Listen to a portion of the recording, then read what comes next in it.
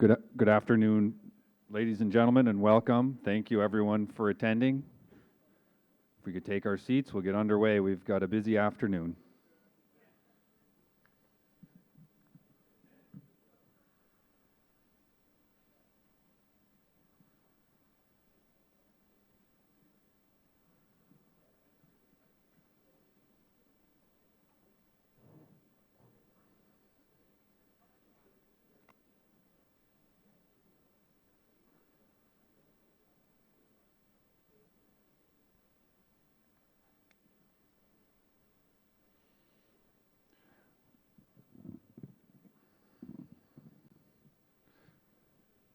Good afternoon and welcome, everyone. I'm Scott Rollison, the chair of the PEI Standardbred Breeders Association.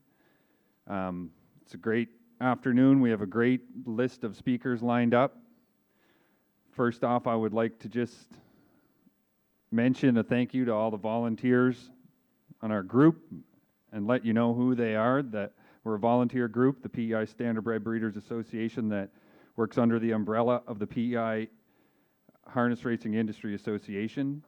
Our board includes Nicholas Oakes, Bruce Wood, Cam McPhee, Ashley McDonald, Haley Curry, Jamie Whalen, Robin Burke, Mike Clary, Dr. Martha Mellish, and Blaine Tebow. Our first speaker this afternoon is Dr. Ben Stoughton. Dr. Ben's been a veterinarian with the AVC since 2017. He earned his veterinary degree at the University of Florida. In 2016, he earned his PhD at Texas A&M University.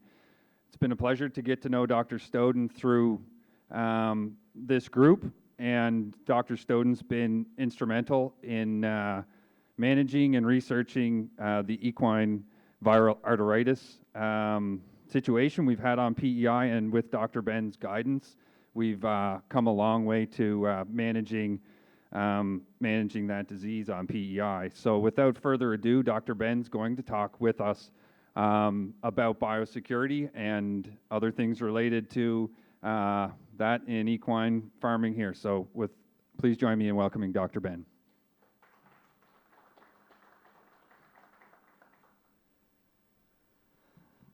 Okay, howdy.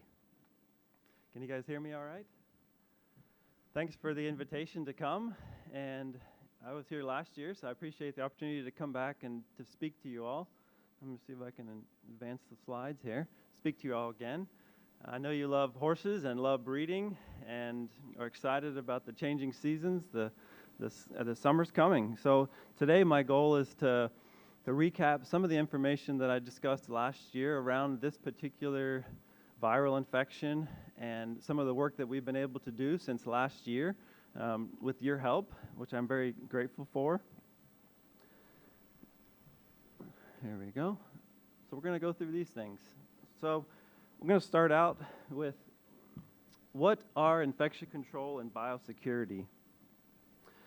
These terms, you've likely heard them before, and they are different though. They're a different strategy. Infection control, for example, is about limiting the impact of an infection. So when horses and you and I, we get infections, and when there's an infection control plan in place, there's a way that you can limit the impact of the infection. So think about if you have a sick horse on your farm, if you have a plan that says we keep the sick horse away from the healthy ones, that's an infection control plan. If you wash your hands after working with the sick horse so that you don't take it to the healthy horses, that's an infection control plan. That's part of the plan that is about limiting the impact of it. The alternative of not doing anything about it is that you can have a mild infection in one horse spread to 10 horses, and that can cause more trouble.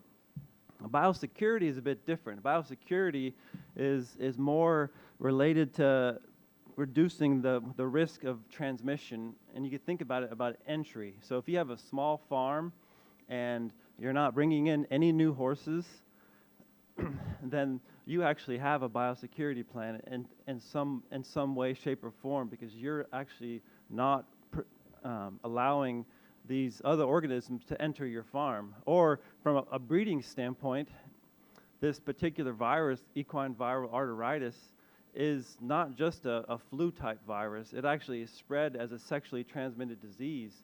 So you may have a closed herd and not have any new animals coming in, which is part of your biosecurity plan. But if you bring semen onto your farm that actually has that virus in it, then you are intentionally bringing that onto your farm. And it may or may not cause trouble depending on if you have immunity to that particular virus. So why are these things important? Here's just a list of some of the reasons why they're important. In general, having a plan associated with infection control and biosecurity is going to decrease the risk of infectious disease occurrence, decrease the risk of outbreaks in a population, likely not eliminate them, but reduce the risk.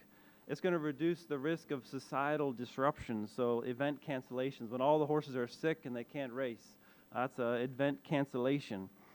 Travel restrictions or some import or export bans could occur. There could be social emotional costs or public health issues if it's a zoonotic infection. Obviously, the economic impact, which is downstream from there, a loss of use of an animal. Animals die. You know, when we had the equine viral arteritis in 2023, there was 9 foals at least that died. That's quite a lot of money lost for the farmers. And you guys went through the strangles outbreak and the troubles that came with that, and the pains and the losses. So I'm going to review equine viral arteritis with you. In 2023 was the first time it was identified in Prince Edward Island, and I'm going to talk about where we've come and where we're going related to it. So as a recap, EVA, so I'll often just say EVA is equine viral arteritis.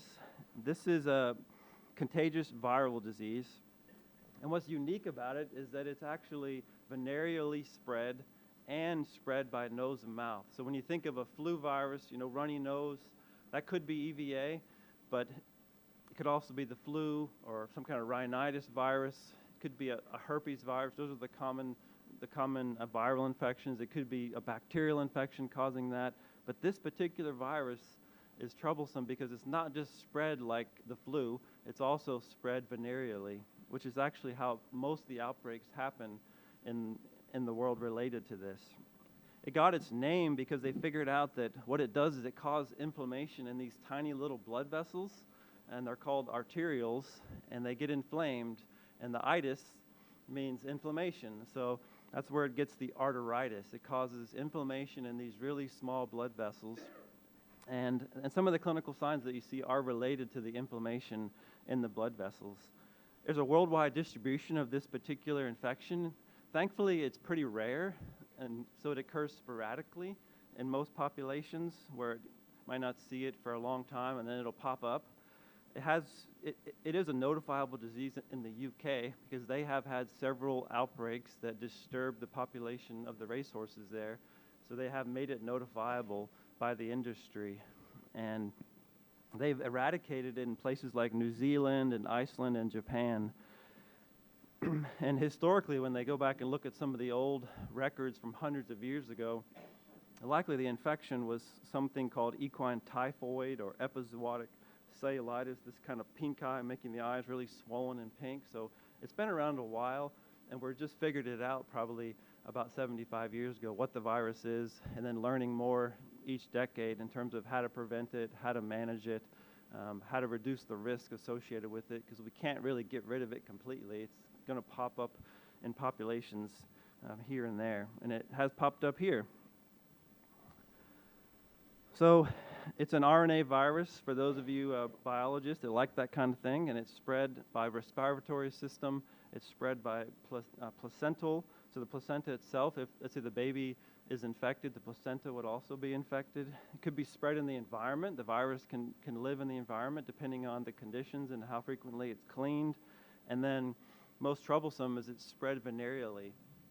So the stallion can become a carrier for it and can shed it during breedings and into its environment. So they first identified the virus in 1953 when there was an abortion storm that happened in Ohio at a standardbred breeding farm. They had quite a lot of horses lose their babies, and they started digging in, trying to figure out what was the cause for it, thought maybe it was different viruses or different bacteria, and then they identified this new virus that had never been documented. It was similar to some viruses in pigs and some in people. Can't hear me? Okay, thank you. All right, I'll try to be. See, how much did you not hear? Did you hear enough? Okay, good. You good up there? Okay. Talk louder. Oh, we're good. Okay. Let's see. Where are we at here? Okay. Well, I'll just say a little bit more about the Ohio. So they figured out this particular strain of the virus. What was interesting is when they were studying this in 1953, this virus, once they identified it, the scientists, they purified the virus, and then they tried to figure out, okay, is this really what caused trouble? They purified it, and then they started giving it to other horses. And the strain that they identified here in 1953 was actually quite lethal and deadly. It actually killed adult horses. The strains that we have now are actually a bit more mild. They don't actually cause death in these adult horses, which is good news. Okay, so what are the symptoms for this? Well, sometimes they're subclinical, meaning there's no clinical signs that you see. The horse could be fighting off the virus, and there's nothing that you'll be able to detect. They'll be eating their food. They're not lethargic. They're not standing away from the other animals. There's no fever. There's no nasal discharge. There's no clinical signs. Their body's dealing with it, and you don't know. Which that happens in us too, right? Sometimes you get exposed to different things, and you don't look sick, but your body's trying to fight off an infection.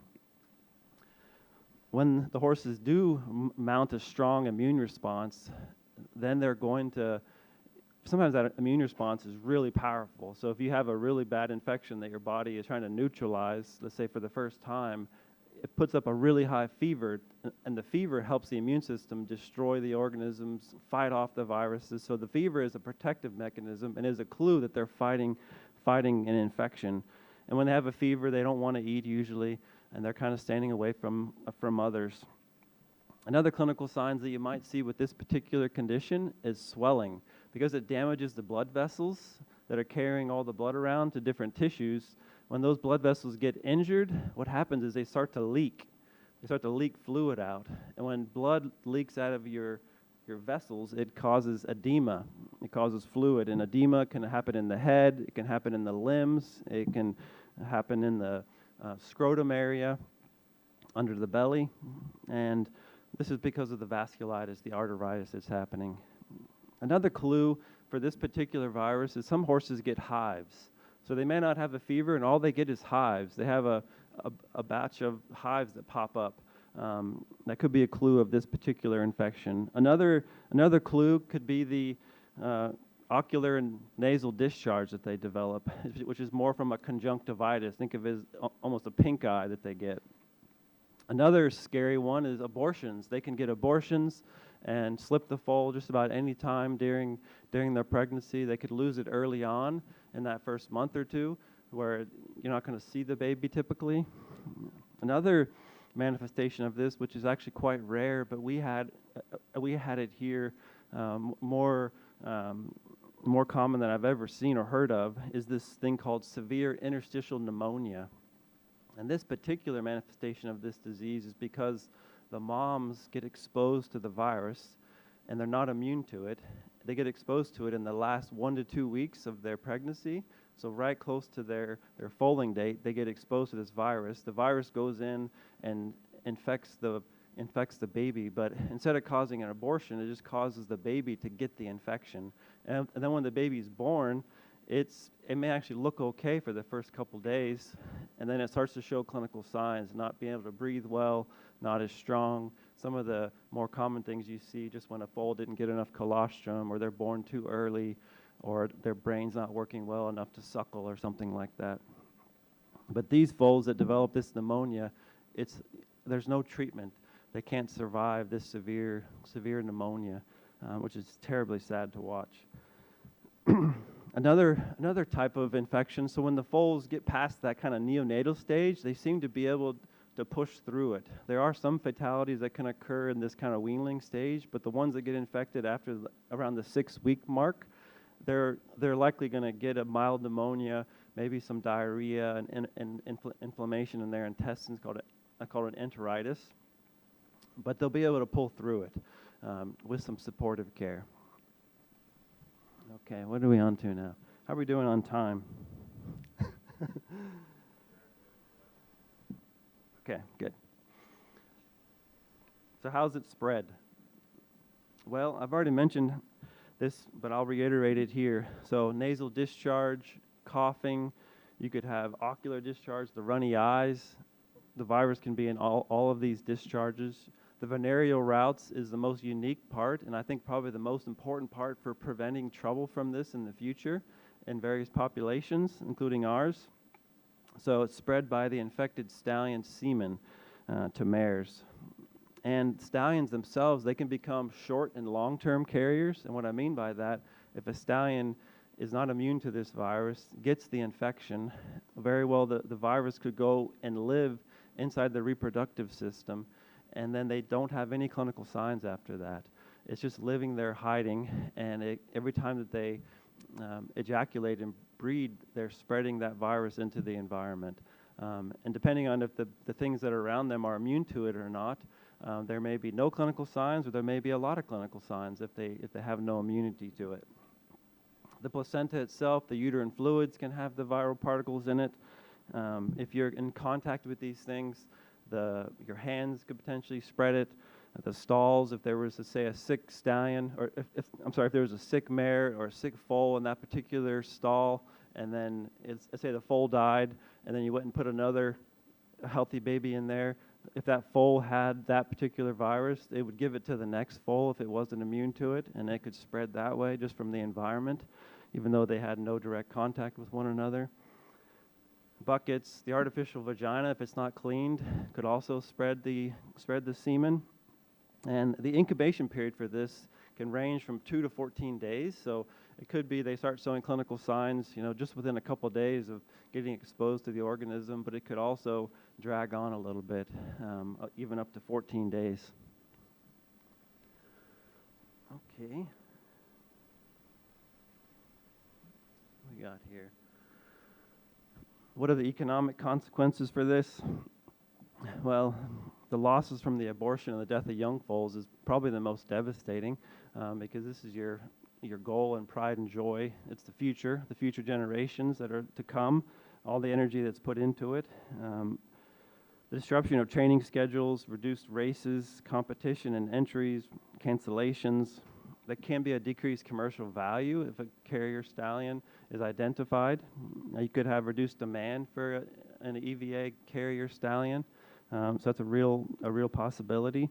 And potentially, if you were exporting, let's say some of the stallions here, you wanted to send them to different countries, they're going to have to test for this particular virus. And if they're a carrier, they wouldn't be able to import that into their country. Okay, now we're going to get into how have we been impacted by this. So the EVA outbreak, reported in the summer of 2023 here in Prince Edward Island, and we didn't actually know that this was what was happening until we confirmed it through some various testing.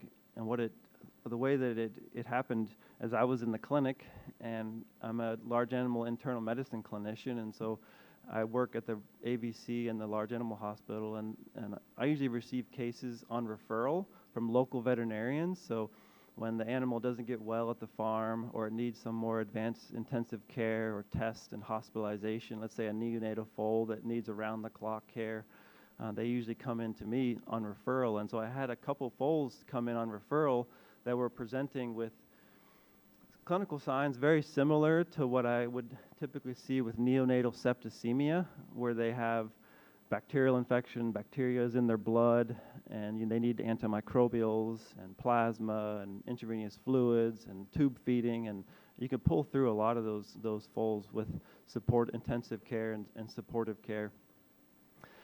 But these foals weren't getting better with all the antibiotics that we tried and all the supportive care that we tried, and we lost them. They died, no matter what we tried.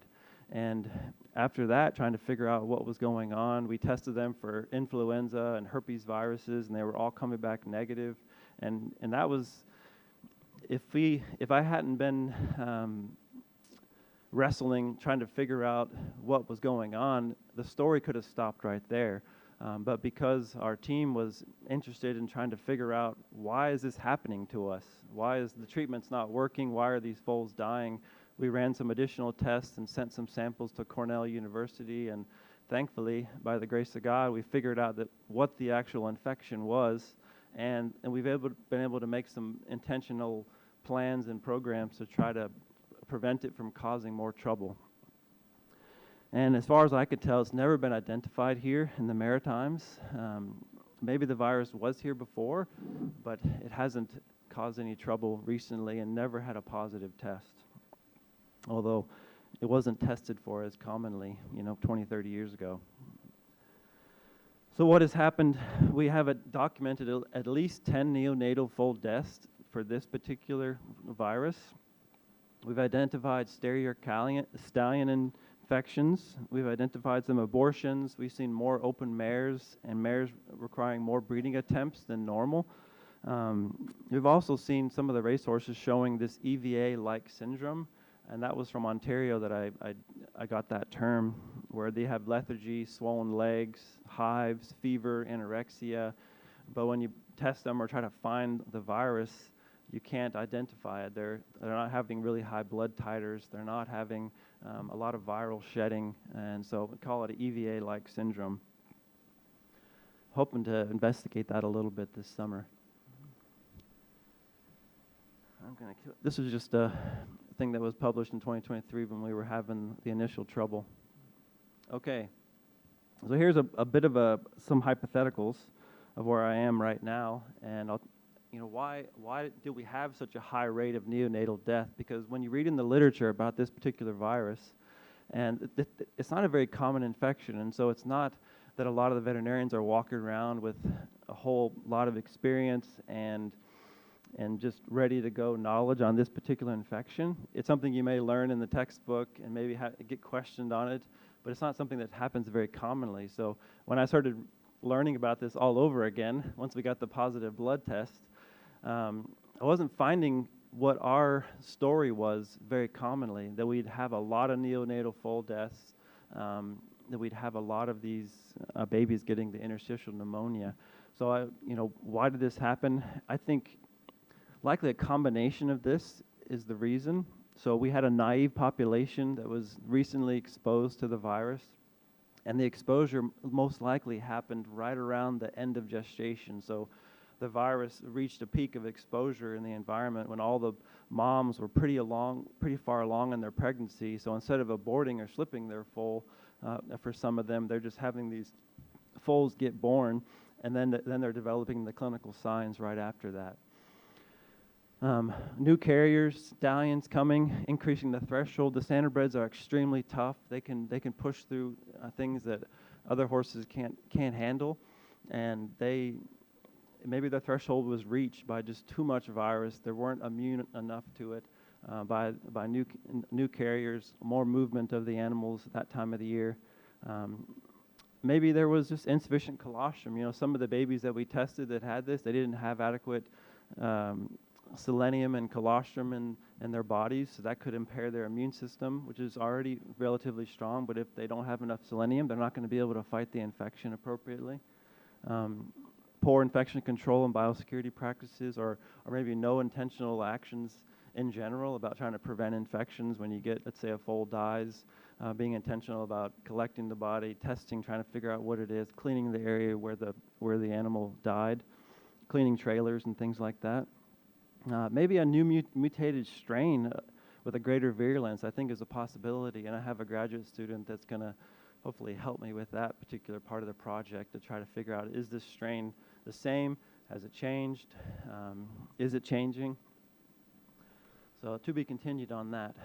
So what have we done so far? What have we done so far? Well, thanks to you guys, we've been able to test quite a lot of your horses. We've tested 422 breeding horses on 49 standardbred farms. So I was here about a year ago, not sure what was going to happen in the breeding season and how things were going to go, and asked for your help. And many of you have called your vet, had them take blood, and had submitted samples and coming up with plans and strategies to try to use this information to prevent trouble. And overall, one of the things we found from the blood testing, so when we do the blood testing on these horses, the main thing we're looking for is, have they been exposed to the virus and mounted an immune response? And that immune response is measured by the blood test. The blood test tells us that they have high antibodies in their blood, and that means they're able to fight off the infection if the levels are high enough. And so we found about, on average, when you take all the farms together, it was about 48% of the horses had positive titers. So meaning about 48% of them had been exposed. Some farms had, all the horses were exposed. Some farms had none of the horses exposed. And then it averaged out to be about half of them. And a lot of the farms are smaller, so they might have 2 that are positive and 2 that are negative.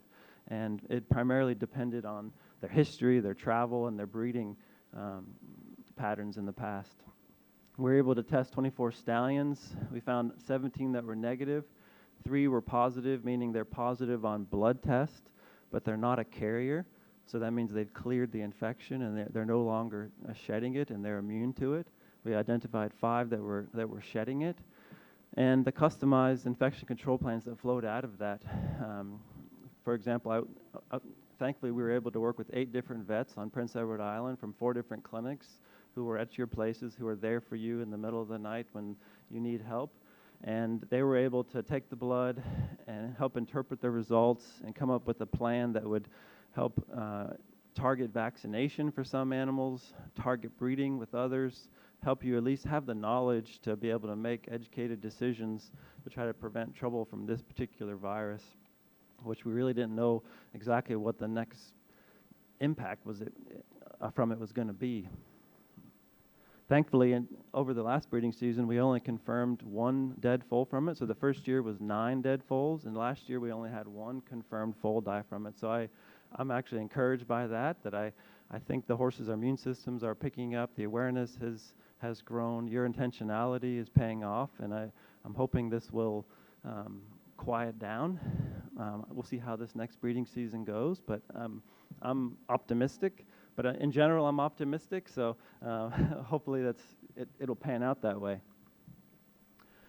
So what else has been done to date? We were able to test quite a lot of horses, and we still have some testing to do this year. And we're able to get this vaccine imported into Canada. So the RVAC vaccine is no longer available in Canada and distributed here. So we had to get a special import permit to bring it in from the United States. We were able to get 200 doses of the vaccine, and we've vaccinated about 43 horses so far.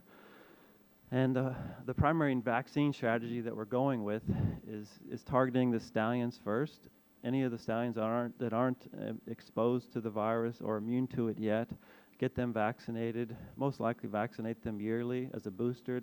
Not every horse will need it boosted every year. And that overall, long term, will be our best way of preventing this virus from causing trouble in the breeding population here, is by working with the stallions.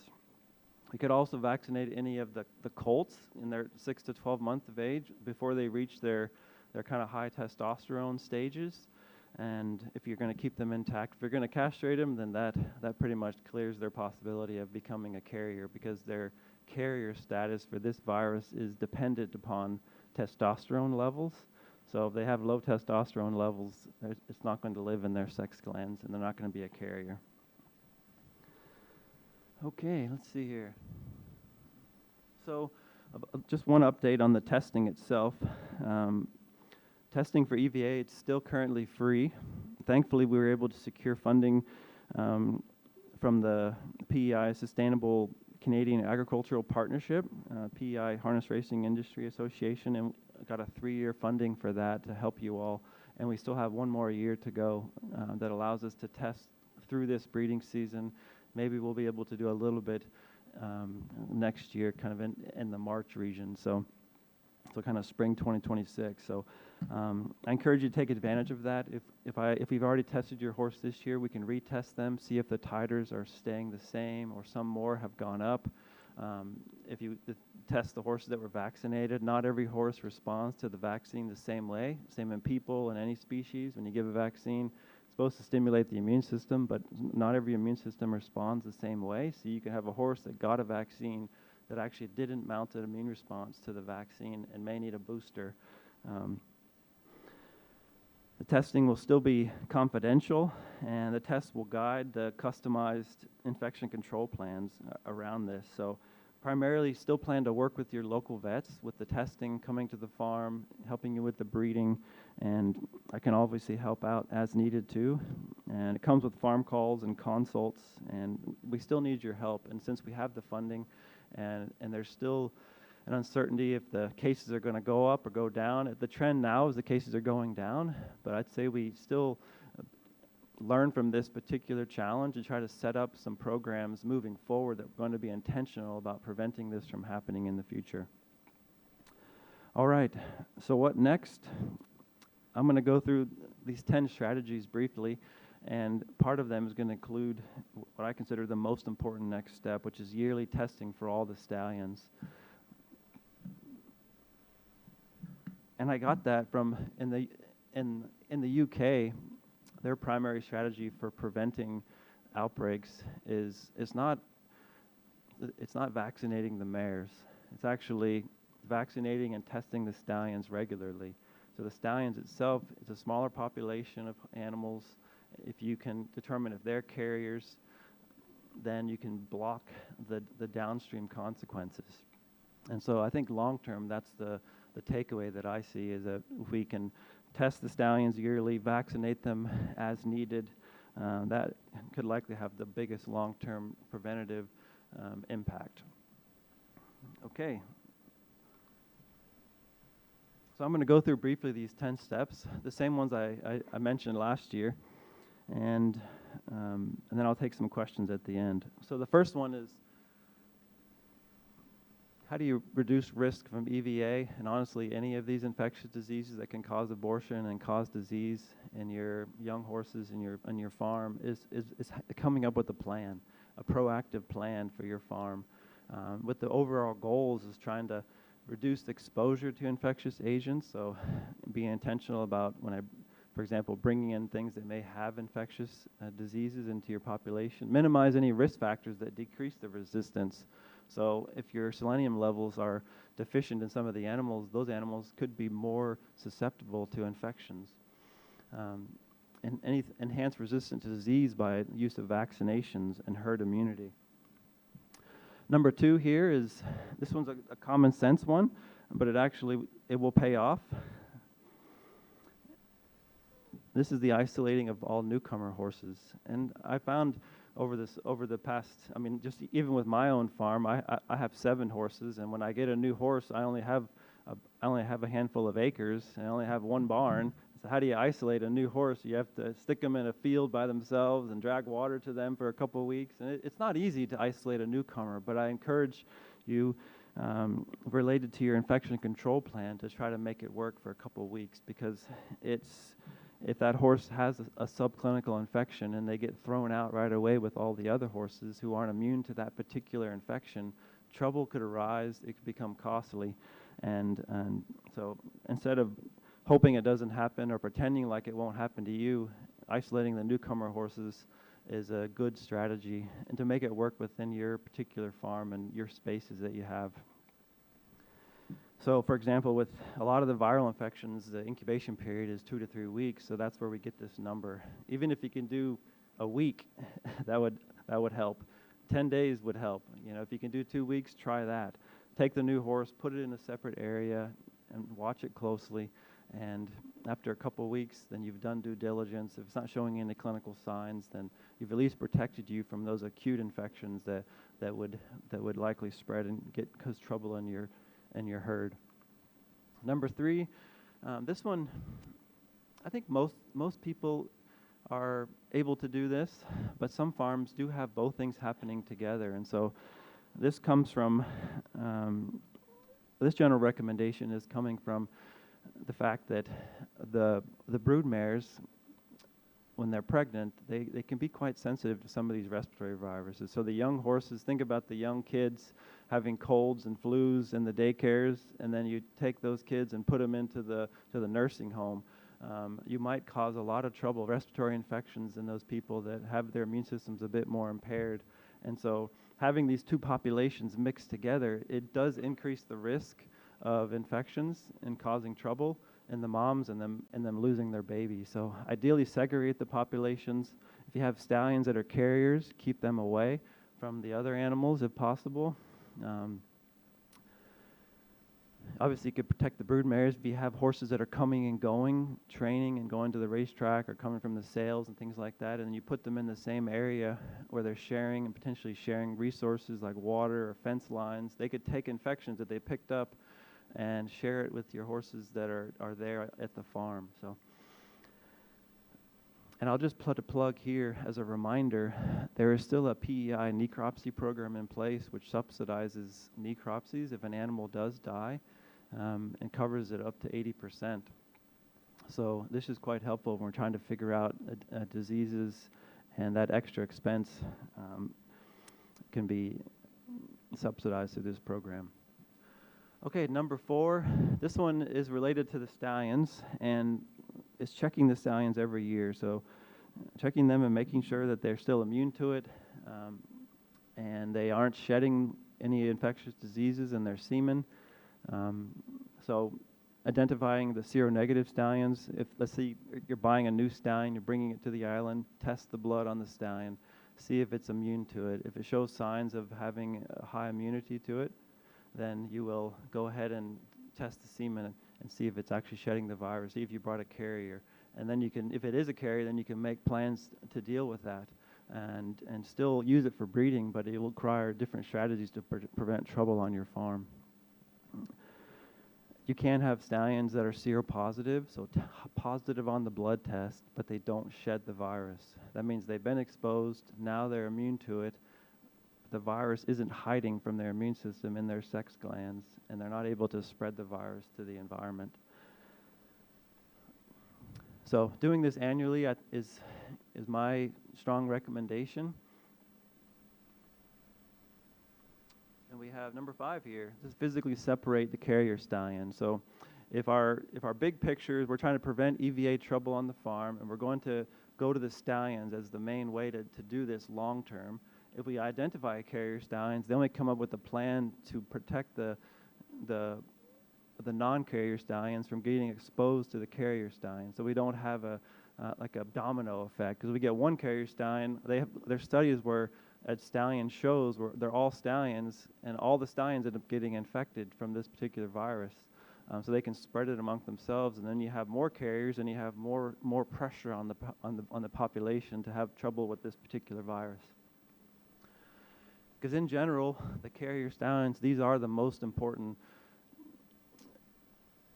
troublemakers for causing outbreaks. So they're the most important source. It's not the young horses.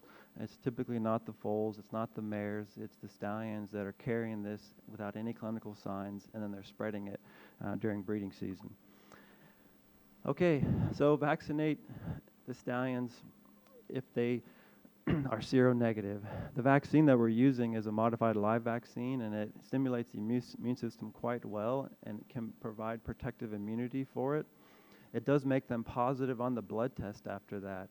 So ideally we test them before we vaccinate them, and we confirm that they don't have any blood titers. Then we vaccinate them, and after that they're going to be positive on the blood test, but they'll be negative on the semen, Lord willing. And this vaccine is not, it could be used annually, but it could also be used as needed, so we can retest the titer every year, still test the semen, and if the semen's clean, their titer's high, then we could skip the vaccine. And we may not have the vaccine available here continuously. Hopefully we can get another shipment brought in, so we'll have some for another couple years. The batch that I have now, it's good till the end of the year, so we'll have to use it by then. All right, almost done here. Biosecurity measures for a carrier stallion. So when you're collecting the semen, if it's a carrier stallion, being intentional about cleaning up after it. It prevents spread to naive stallions. Let's say you have two stallions that are, one's a carrier and one's not a carrier, and they live really close to each other. There's a chance that they could spread it to one another, and that could cause a double carrier situation. It could spread to the naive pregnant mares, it could spread to the foals, and the virus can live in the environment. So depending on the temperature and how often it's cleaned, it is destroyed just by a common disinfectants and detergents, thankfully. Number 8 here, this one's protecting the naive pregnant mares from getting exposed to it. And the main thing that can happen here is if you, let's say you breed a mare that's naive to this virus, she's not immune to it, and gets exposed to a carrier stallion, likely she'll mount an immune response, may not get pregnant on that particular breeding, but she'll get immune to it. But she will potentially be shedding the virus in her environment for up to 2 to 3 weeks. And so if she's around other pregnant horses, she could actually cause them to abort or cause their foals to get infected. And the time of physical separation related to these naive mares depends on if they're immune to the virus or not. So if she's immune to it and she's bred to a carrier stallion, just keep her away from the other naive horses for a day. That's sufficient. If she's not immune to it, then keep her away for around 3 weeks. Number 9, vaccinate any maiden or seronegative non-pregnant mares. And this one is, ideally you would vaccinate the open mare around 2 to 3 weeks before you breed to a carrier stallion. That gives the immune system time to already build up some immunity from the vaccine. And ideally vaccinating the open mares is the least risk, because the vaccine we're using is a modified live vaccine. There is some risk to the babies, and so it's mostly in that last kind of a 7-month period on. So I don't like to vaccinate the mares when they're carrying the foal and they're in their 7th month or after. So in the earlier stages it's more safe, although you don't want to ideally vaccinate the moms when they have a little baby by their side. There is a small chance the baby could get the strain of the vaccine, and it's not good for babies to get the vaccine when they're less than 6 weeks of age. Okay, last one is colostrum. This is the liquid gold that you guys all know about really well. Hopefully have freezers with some stored stuff to give to your moms. Give to the babies that don't get enough. Check your selenium levels, make sure they're ingesting enough. Okay, I think I'm going to finish with this. Just having a plan overall will benefit the industry, and I'm encouraged by your willingness to help with the project so far, and your response and engagement around vaccines and the testing and biosecurity and infection control. And so I encourage you to keep going with it. And what can you do? Work with your vet to make an intentional infection control plan that's specific for your farm with the resources you have and the animals you have. And the needs and the goals that you have in place.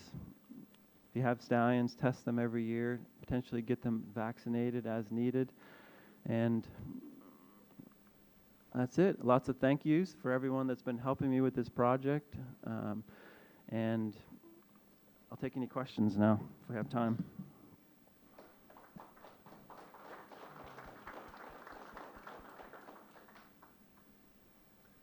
Go ahead.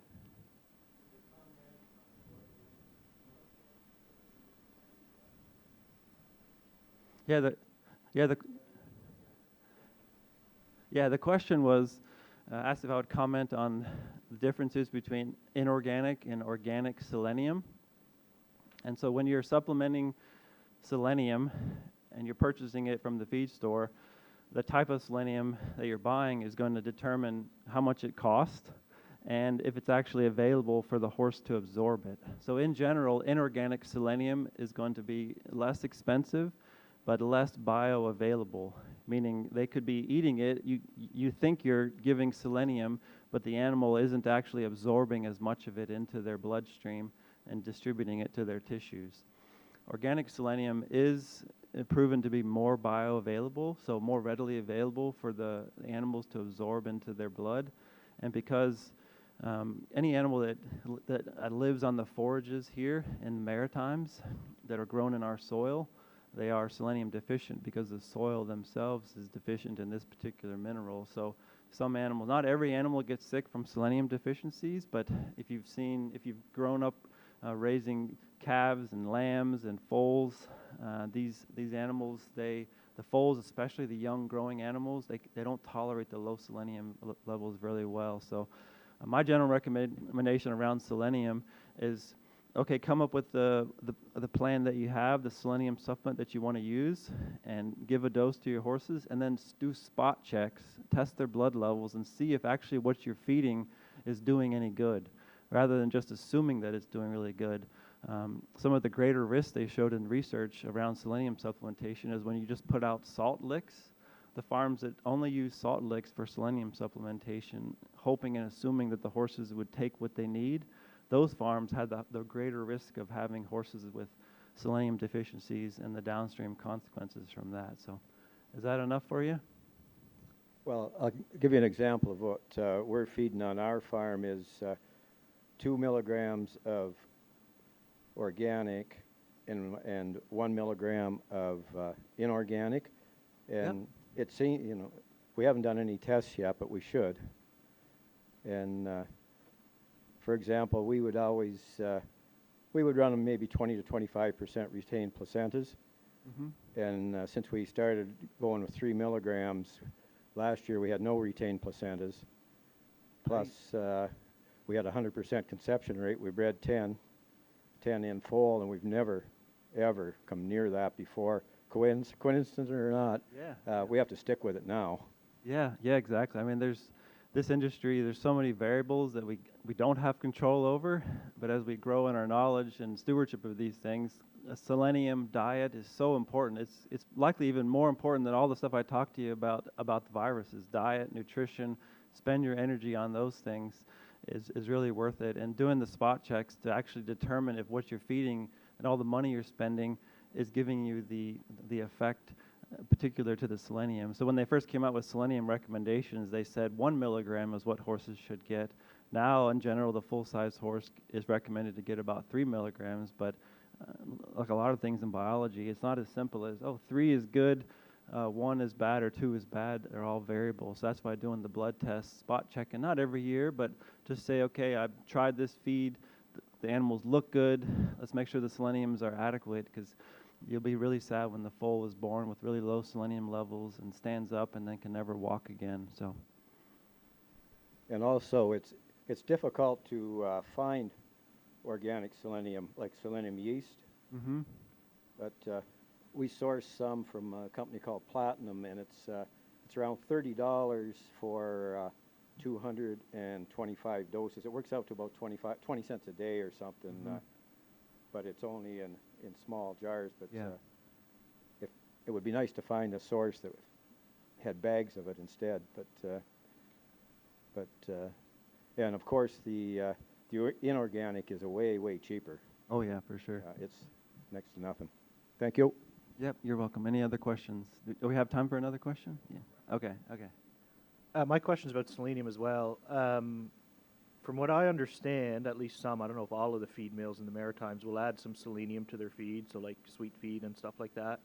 So if you're feeding a mix of sweet feed and oats, is that generally enough to cover their selenium needs, or does it need to be the question was, horse by horse? When you're buying, let's say, a fortified feed from the feed store, be it a custom blend that they made for you, or, it's in the shiny bag that costs more from the feed company, the amount of selenium in there, it will be on the label, and oftentimes what they'll do is they'll put it in a unit that's either parts per million or milligrams per kilogram, which is the same thing, milligrams per kilogram. And so if your goal is to feed that horse 3 milligrams of selenium per day, then what you got to do is figure out how many kilograms is the horse actually eating. So if the concentration of the selenium in that particular feed is one part per million, or 1 milligram per kilogram of selenium, then if you give them a kilogram of that grain and they eat it all, that means they got 1 milligram of selenium. So it depends on how much you give. When you're using a fortified feed, it depends on what kind they put in there and actually how much that you're giving. So this is where I've seen the trouble arise, let's say in easy keeper horses. Some of you may have those that are fat on air, and and you don't give them much grain, or maybe you give them just a little treat so they don't beat up the other ones, or you distract them and things like that. Those ones you think, oh, they're okay, they're getting a little bit of grain, and it's going to be okay, but that one could be the horse that's susceptible to selenium deficiency, you know. So it depends on how much you're feeding. And the short answer is do a bit of math and the calculation, and if you need help on it, let me know. I can help you. So.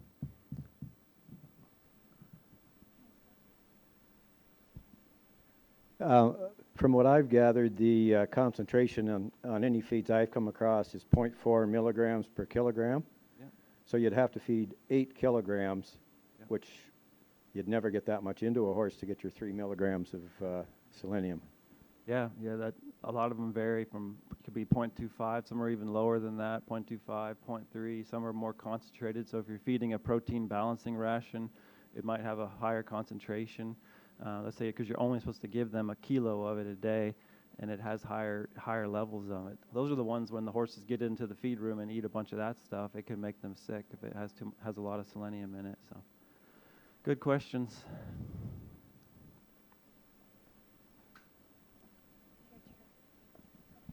You mentioned there was 5 positive stallions that are spreaders.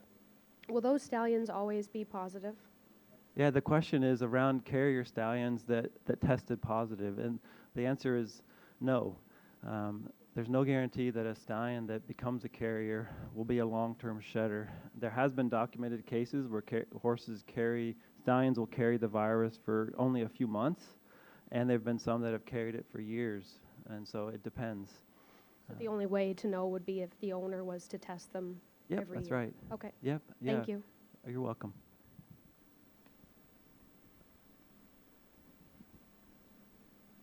Okay, thanks guys.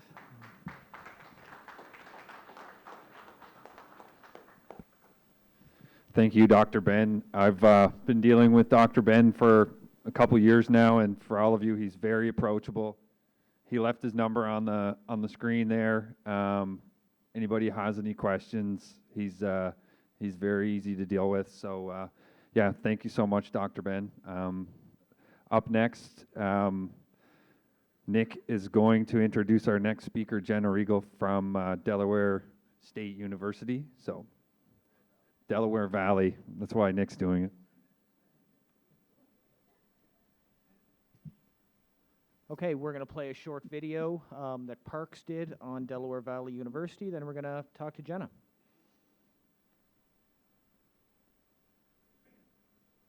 Hi everyone, we are taking a field trip out to Delaware Valley University today. We are out of the studio, off the racetrack, and on the farm. I'm here with Corey Kieschnick, and tell me about your role here at the university. So I am Chair of Equine Science and Management here at Del Val. I'm faculty, and I also am Director of Equestrian Sports, so oversee our equestrian teams here on campus as well. So we have 2 on-campus equine facilities here. We have our equestrian center where our school horses are, where we're riding the horses and certainly using that facility for our management classes as well. And then we're here right now at our on-campus breeding facility. So the horses have a lot of different jobs here. And how many horses do you have on the property? Oh, great question. It depends where we are in our breeding and foaling season, but anywhere between 75 and 85 horses on campus. I'm joined here now with Callista Dingus, a senior here at Del Val. Now, tell me about your experience in the program and what made you want to choose this as your university path. Well, I chose this program as a whole because of the breeding program that we have here on campus. I was very interested in the breeding and all parts that come along with it. I would really like to one day work at a breeding facility somewhere, whether that be with the stallions or the mares or the foals, whatever comes along with it. Now I'm joined with Sierra Ripka, a junior here at Del Val. I work here on staff, so since my freshman year, and I fell in love with the horses here and now have changed my career path entirely. Tell me what it was about the horses that made you fall so in love with them. The babies. I've never seen a baby horse, so the second I saw one, I'm in love. And now we're at the breeding center where all of the action happens. I'm with Jenna Regal, who manages the breeding center here at Delaware Valley University. And tell me what a day in your life here entails. A day in the life of me consists of a lot of different things, especially depending on the time of year. So a big part of my job is supervising the student staff, so students can work at either equine facility as student employment. So I supervise the student staff as well as classes that take place here at the breeding center. I also adjunct teach our advanced reproduction class in the spring, which is exciting. That consists of foaling out the mares, of course, and then breeding them back with the students. And what lessons do the students get from working with such young horses and experiencing the magic and the beauty of foaling? I think they get a lot of life lessons throughout the whole thing, not just horse lessons. So the students do spend the night here. They do all of the foal watch on the pregnant mares. So they learn a lot about time management. So they're watching a mare all night, and then they still have to get up in the morning, go to classes, and maybe they have another job that they're going to. So they definitely learn about the industry as well about themselves and how to manage their time. I learned that I was super interested in repro, so that's how I got my start in breeding. And tell me about your college experience here. What are some other things that you took away from your time in the program? I loved my experience. I said that my dream job was to work at Del Val, never thinking that it would actually happen. And then the position at the breeding center opened up and it was perfect. One of my favorite parts is pairing mares with stallions, which I think some people don't think about. It happens kind of before the breeding season. But then I love seeing how those crosses actually come out once the foal hits the ground. And in your time here, what do you find to be the most rewarding part about working with the horses and the students? I think it's so great that the students come in and right away they have this community of people who are passionate about the same things that they're passionate about. And we love horses too. So when I meet them, you know, we all have different goals. The students want to either go to vet school, they want to be trainers, they want to go into repro, maybe they want to do media. But we all love horses. And so that's something that we have in common and we're all really passionate about. Okay, let's give a warm PEI welcome to Jenna Regal. Let's get Jenna up here.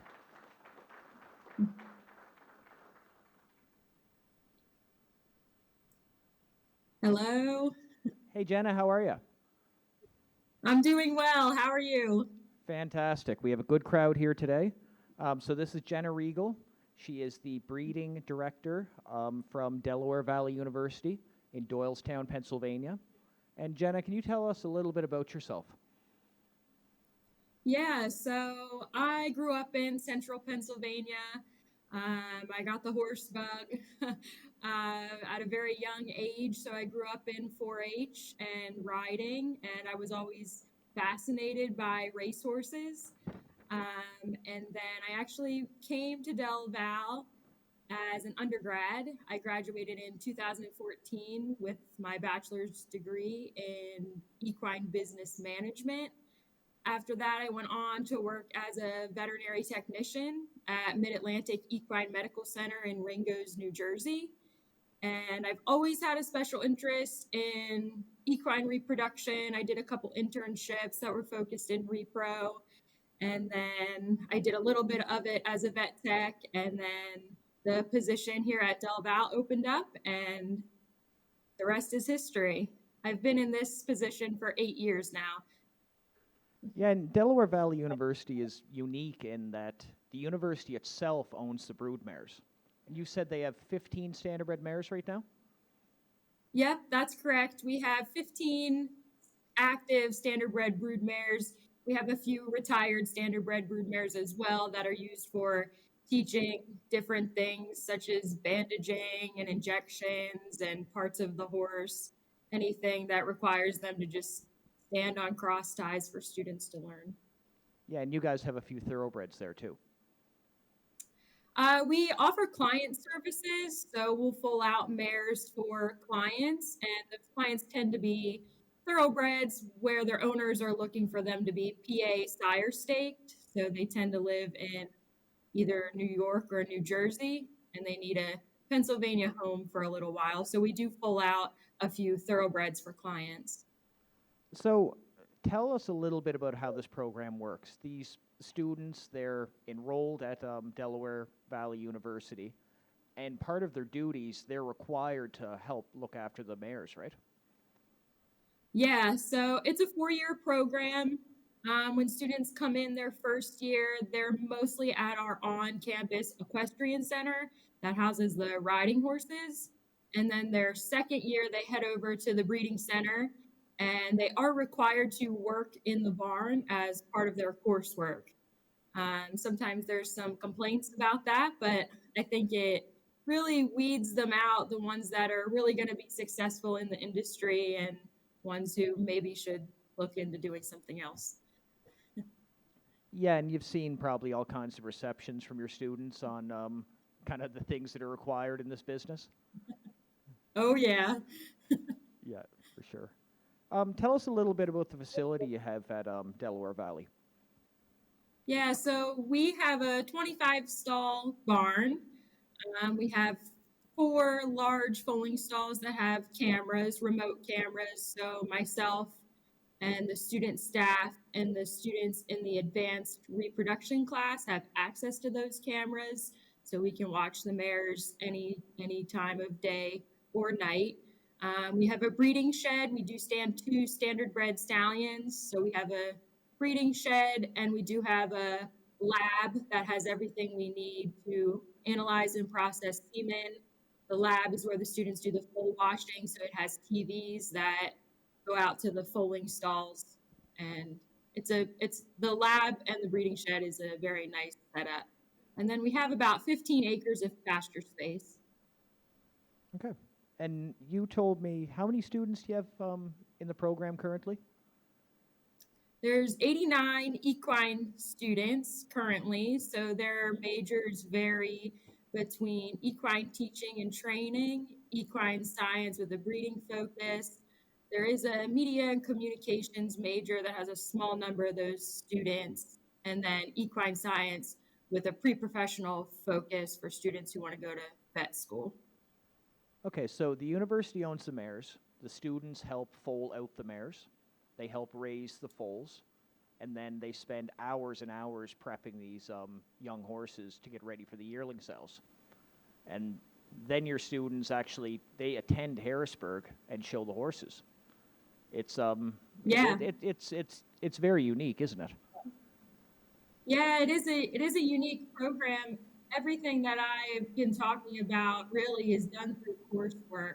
So we're in the spring breeding season now, of course, so that's done through a course called Advanced Reproduction. And then, like you said, in the fall for the yearling prep and sale, that class is called Yearling Horse Sale Management. So it's Del Val was founded on hands-on learning, which holds true to this day. It's very hands-on from the time the students get here on day one. They're down in the barn, hands-on with the horses. Yeah, and how many yearlings did you sell in Harrisburg last year? We sold 7 yearlings last year. 6 went to Harrisburg. 1, unfortunately, didn't make it to Harrisburg, so we ended up selling him on gate later. So we took 6 to the sale last year. We have 9 to head there this November. So we're excited about that. And then we're expecting 11 standard bred foals. Okay, that's fantastic. And you guys stand a couple stallions too. Yes, we stand Devious Man. He stood previously in New York, so this is our first year standing him, which has been exciting. He's more of a commercial stallion for us and breeds a small book of mares. And then we also stand Butter's Delight's son. His name is Swift as a Shadow. He doesn't breed as many mares, but I like to try to advocate for him because I would love to get him a few more mares. Yeah, and before you came into this role, would you call yourself a harness racing fan? Yeah, like I said earlier, I was always fascinated about racehorses. I wasn't really into standardbreds too much before I started in this role, but having started, I've just gone all in. There is not a better breed, I don't think, for a program like this. The standardbreds are so durable and agreeable, which is something you really need for a program like ours. Yeah, and tell us a little bit about the students that graduate your program. Where do they end up for careers afterwards? Yeah, they end up in all aspects of the industry. A lot of my students that spend a lot of time at the breeding center go on to work at breeding farms. I've had a handful of students that end up in Kentucky at large thoroughbred farms. A couple students this past November got job offers at the yearling sale, which is great. A student secured a job at Blue Chip Farm from the yearling sale. She's starting there in May. And then I have a few students who have gotten into vet school, so they'll be starting that in the fall. And can you tell us a little bit about some of the horses you guys have raised and put through the yearling sale? Do you have some favorites or anybody that stands out from Harrisburg? That might be your hardest question that you have. There's been a lot, and I've had a lot of favorites. Kind of coming up, well, I guess my first favorite was a Stay Hungry filly that we sold in 2022. She would be 4 this year, yeah. She raced decently as a 2 and 3 year old, and she's actually in foal now, so I'm excited to see what she produces. This past year, two of my favorites, it's funny you asked this, two of my favorites ended up at Prince Edward Island. So a cattle washed filly and a muscle mass colt were my favorites that we sold in Harrisburg. Yeah, and full disclosure, I bought the cattle wash. That's how I met Jenna. Where did the other one end up? I am not actually sure. I don't remember the gentleman's name. I would need to look it up. Maybe he's here. Very well could be. Very well could be. The colt's name was Up to No Gouda. That's fantastic. That's fantastic. So one thing I found really interesting is when you guys go to select a stallion for your mare, you know, you kind of have a group approach to that. Can you tell us a little bit about how you select a stallion through your program? Yeah, so the students in the advanced reproduction class, they're all assigned 2 to 3 mares, depending on how many students and how many mares. But they are assigned pregnant mares that they're responsible to track their pregnancy, watch, be present for the foaling, and then breed the mare back. So as part of the class, they do a project where they need to have a couple stallion matches for that mare. And then we talk about it as a class. And then this year's group of students is really exceptional. And some of them we did follow through and we chose the stallions that they had chosen for their project. Yeah, if you, I know if I was in university and I had to select standardbred pedigrees, I probably would have paid more attention in class. Yeah, So, I hope that makes them pay attention.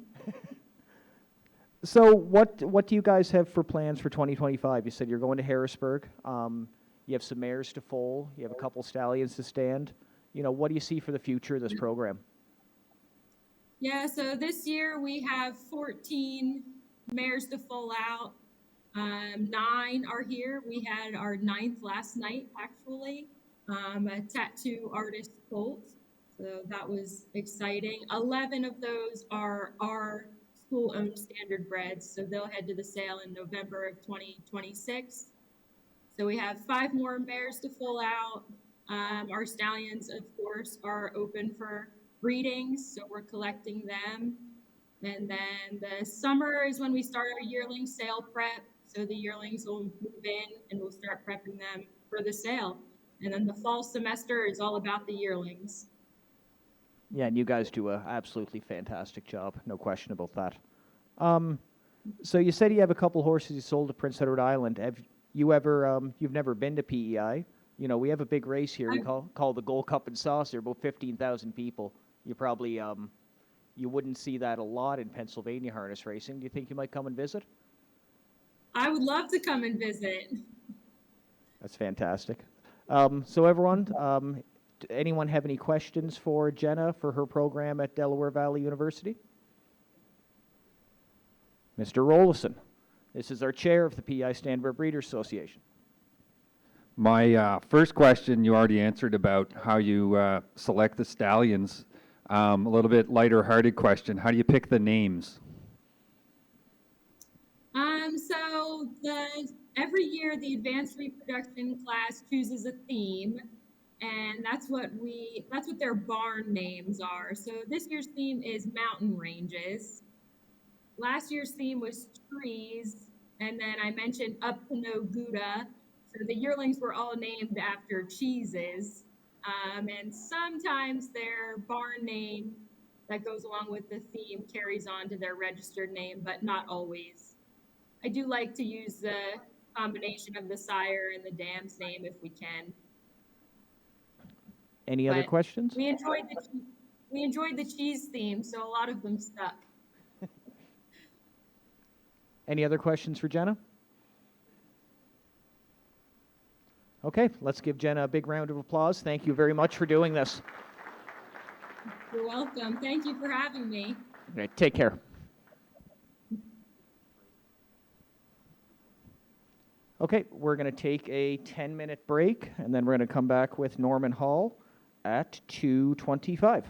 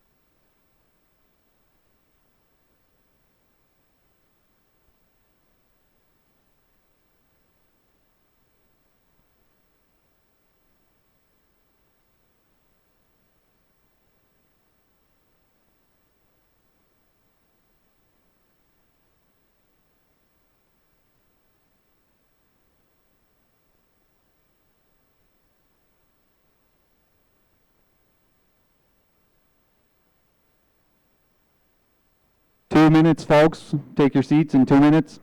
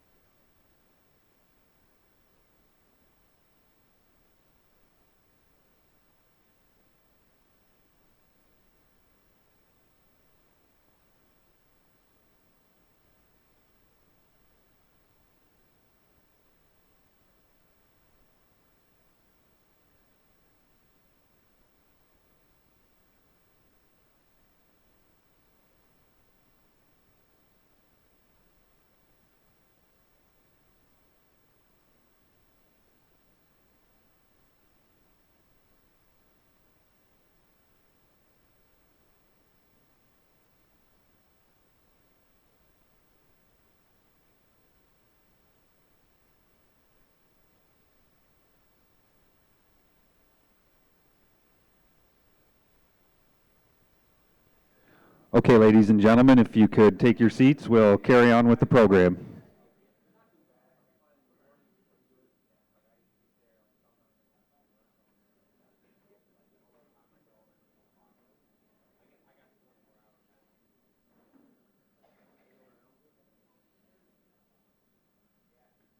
Our next speaker is no stranger to harness racing on PEI. Norman Hall is a longtime active member in the standardbred community. Norman is actually served as the manager of the PEI Colt Stakes, which our group, the PEI Standardbred Breeders Association, now manages. Norman managed that stake for a miraculous 35 years before our group started in 2019. So his contributions to the industry are well known, and in addition, you can read in his biography for the other volunteer contributions, but Norman's probably his true passion is pedigree matching, and in 2019, the provincial legislature recognized his efforts in promoting standardbred pedigree research and his development of the unique software PM Equine. All of us each year are faced with one of our most important decisions as owners of broodmares: who to breed the mare to. Whether the sire is big, has a white star, or your mare is small and you want to breed it to a big stallion. Some people go beyond that. The Golden Cross looks at who the mare's father is and how well that crosses with a given stallion. You hear people around here say Salzbrook Victor's from an Arts Place line mare, so is the Real Princess. That's the way to go. Well, that takes into consideration the sire of the mare. Norman's research and Norman's program considers all the sire lines of the mare and touches on the old adage that's in the literature of returning to the sire the best blood of his dam. So that's maternal breeding, line breeding in the mother of the sire and the mother of the sire's father. And Norman will go through much of this. So when we discussed having presenters this year, We thought it would be a good learning opportunity for our own group and everybody else who is here to have Norman discuss his theories, show us how to use his program, and hopefully we can all implement some of what we learned today to better our breeding practices. Without further ado, ladies and gentlemen, please join me in welcoming Norman Hall.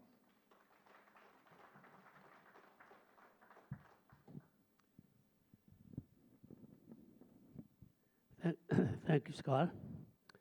I see a lot of familiar faces here from pedigree camps past. Back then, we used an early form of pedigree matching program. The new one, PM Equine, is significantly better. It's better in a number of ways that I'll show you.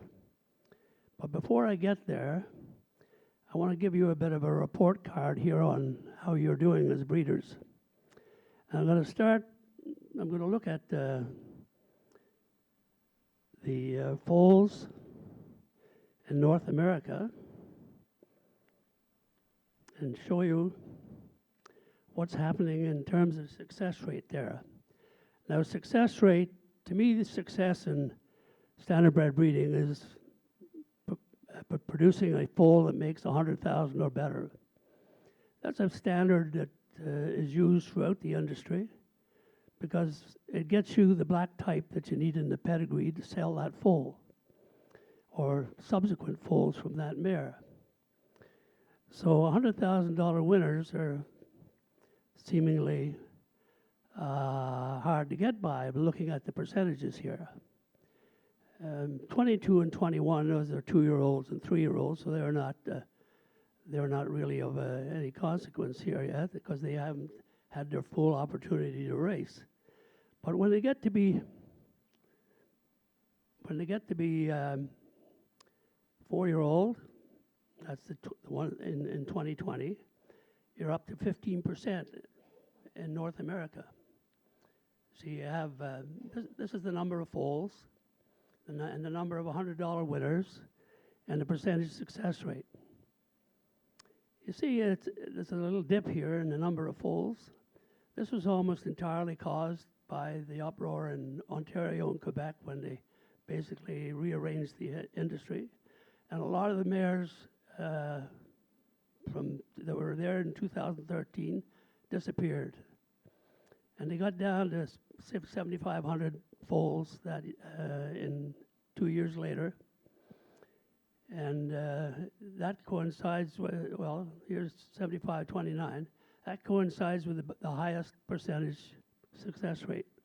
It shows you what happens when you get rid of those lure-line mares out of the gene pool, and you get a higher percentage of the remaining good mares. We've built it up since then. 81.97 foals in 2022. So it's we're getting, I think it's around the same for 23 and 24. Back in 2002, they had almost 14,000 foals in North America, and the success rate was 10.8. Now, mind you, between now and then, the stakes money has gone up a fair bit. Overnight money has gone up a fair bit. So that should have increased the percentage of $100,000 winners. But it's been, and back in 1992, of course, it was even worse. It was 12,900 foals, only 8.2%. So this is the industry average, around 15 to 16% it is. Maybe a little higher, 17%. That's 1 in every 6 foals. It's not very good average. But if you look at the maritime success rates, they're even worse. Again, 22 and 20 it's early to judge. They're not racing yet. But 2020 was the first year that when, well, in 2021, the 3-year-olds, there were 5 good ones. 2020, there's 5 good ones. And there's 15 good ones in each one of these 3 previous years. And the overall average, looking at down here, is around 9 to 10%. That's 1 in 10 foals, maritime bred foals, that make $100,000 a year. And $100,000 a year is not a lot of money these days if you're keeping a racehorse for any length of time. You can chew through that kind of money before you even get there. So there are a lot of owners that buy these foals, hoping they'll be good, and they don't turn out to make any money. So this there's an uptick in foals here, 194. From the low in 2020 was 145. And this is probably due to the sale price back then taking a sudden jump. But it's something. There's something wrong here. Either the mares are of poor quality, or the sires are of poor quality, or the breeders are not making good decisions on who to breed to. There's only 3 reasons why you have these low rates. Now, there's one place in the Maritimes called Salisbrook Farm in Windsor, who have a remarkable, done very well in the last few years. But it wasn't always like that. In his foals prior to 2010, he had 40 foals between 2001 and 2010. 3 good ones for 7.5%, which is what the industry average is in the Maritimes. And 55% of them raced, but didn't make any money of any consequence. Now, in 2009, Bill McNeil, who I'd known from the time he lived in Charlottetown, and our sons played on the same hockey team. Oops. He went back to his father's farm in Windsor in 1980 when his father died. And the farm raised sheep and had a big apple orchard, no horses. And over the next 10 years or so, he got into the horse racing, raising horses, because his son Alan was interested in it. And he didn't have a whole lot of success. And by the time he got around to coming to the pedigree camp in 2009, he had maybe 3 foals out of all the foals that he raised that were any good. And he told me after the pedigree camp was over that he enjoyed it, but he didn't have a computer and wouldn't know how to use it if he had one. He was old school. And so later that fall, I took him over at a little laptop with the program loaded on it, just the program. So all he had to do was open it up, start it up, click on the one icon on his desktop, and he was into his program. And I explained to him what to look for.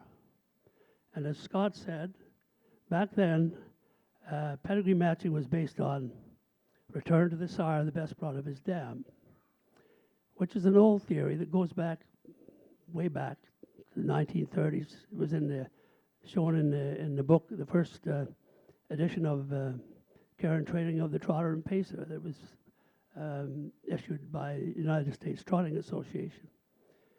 And the breeding chapter in there references this as one of the breeding theories to follow.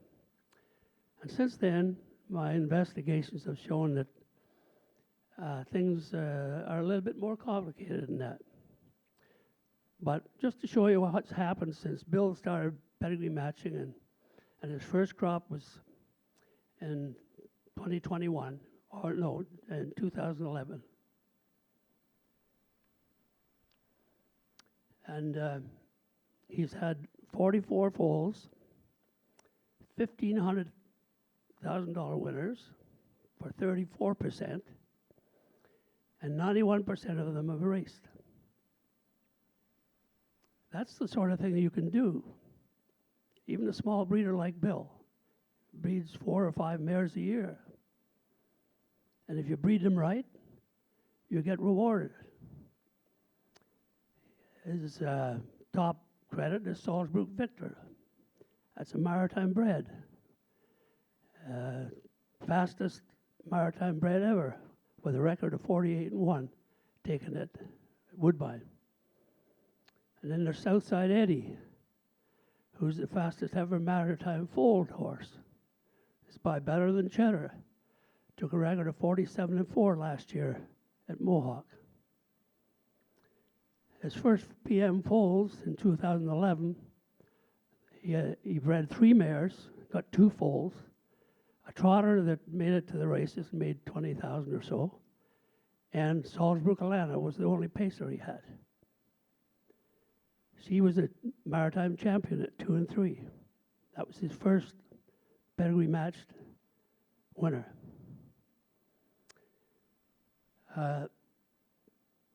In 2024, he sold the highest priced yearling in Canada for $150,000, Salzburg Big Dog. And he also sold the highest priced yearling in the Atlantic Classic sale, Salzburg Rolo. He didn't breed it. He got the mare in full back from the States, Salzburg Alana, in full, and sold the filly for, I don't know, 60,000 or something like that, up 50 or whatever. But anyway, that shows you what you should be able to do. So I can't do anything about the quality of the mares or the quality of the stallions, but I can show you what to do in order to get the best out of them, what you've got.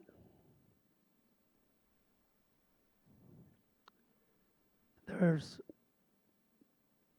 the 4 P's of pedigrees: performance, percentages, profiles, and patterns. And you have to understand each one of those in order to properly breed your mare. Performance is something, is basically the speed and earnings in the family. And there's a way of determining a performance rating for any horse that you have. You could put a number on her, on the mare. A number from 0 to 150 is what the program calculates. So if you want to, look, there's a mare here, Toxic Terror. I'll have a look at her.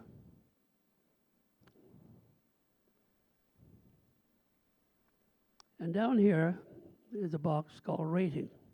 That gives you a performance rating of the horse, of the mare. 44. 44 is on the low end. In fact, below 50 is probably pretty iffy as far as the brood mare is concerned.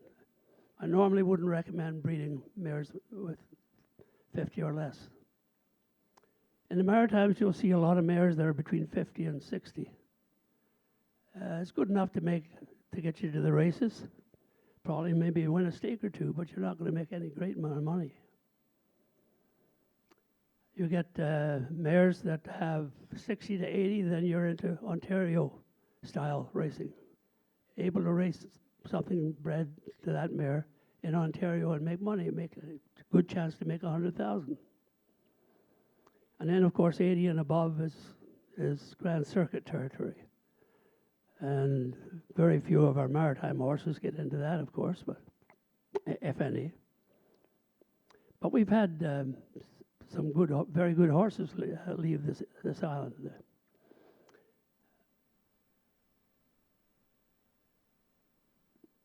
So it's important to, it's important to understand where your mare fits before you breed it. And the rating is a very good tool to do that. It gives you a relative feel for where your mare fits in the overall scheme of things, whether it's good enough for PI, good enough for the Maritimes in general, good enough for Ontario, or whatever. Then there's percentages. Scott again mentioned the Golden Cross. It's not necessarily a good indicator because you've got to look at the full offspring of a stallion in order to look at and the mares that you're looking at to make sure that they work out. I'm going to show you.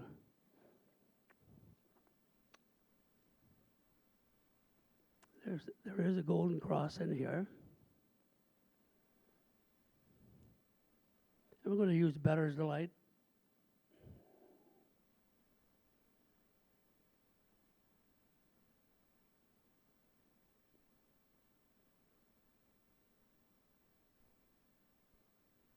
I think I said it, Western Ideal.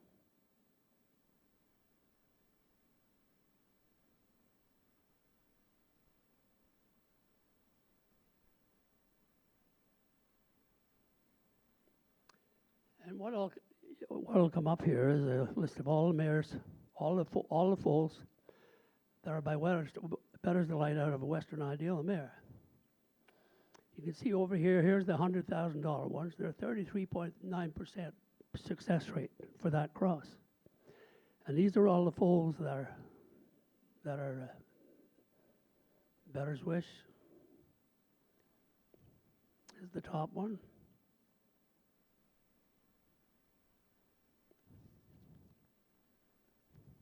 You see Metaskipper and Abercrombie and Metaskipper across the pedigree here. But so when you're looking at foals in a cross like this, you want to see them in profile.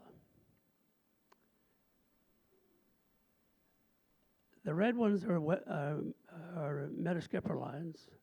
The blue is Abercrombie or Adios lines. And the Matt Scooter is a Volamite line. So this is a profile of the mares, of the foals that have produced, who have done so well. You see a lot of them have Arts Place, either second dam or third dam. So that might be something that's important when you're going to decide to breed a Western Ideal mare to Better's Delight. Check and see if there's another Abercrombie mare.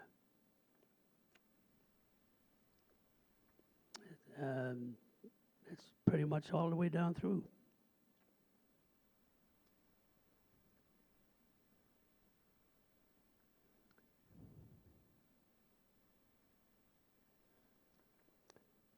So profiles, I showed you profiles there, but I'll show you the suitability of the mare based on a stallion profile. You can create a stallion profile.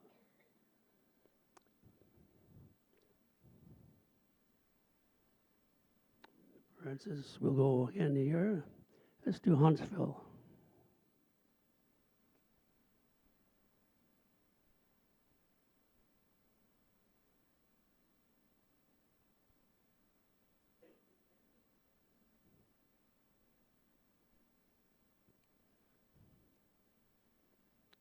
So this is the top 20 by Huntsville.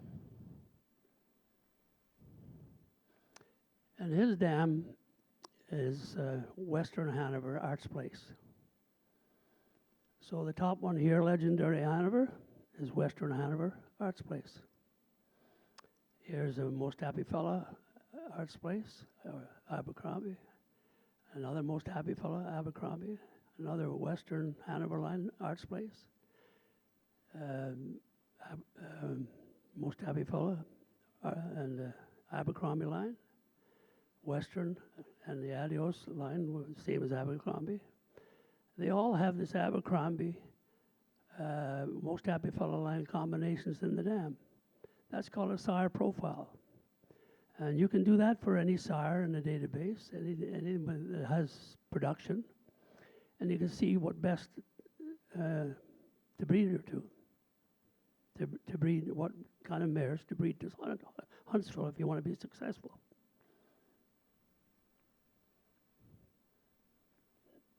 Now, this is a mare that I owned, and then I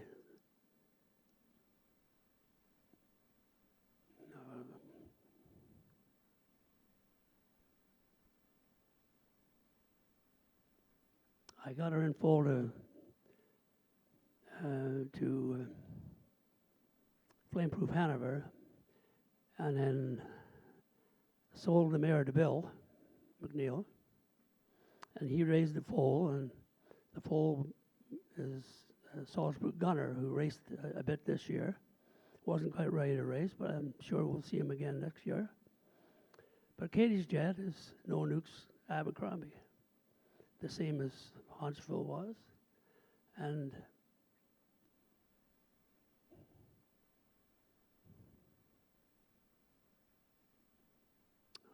her best is by Sunshine Beach, which is the same as Starline as Huntsville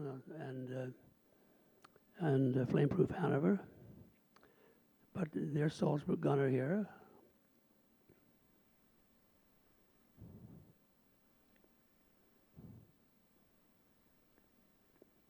So I've bred Western Hanover Arts Place to Western Hanover Arts Place.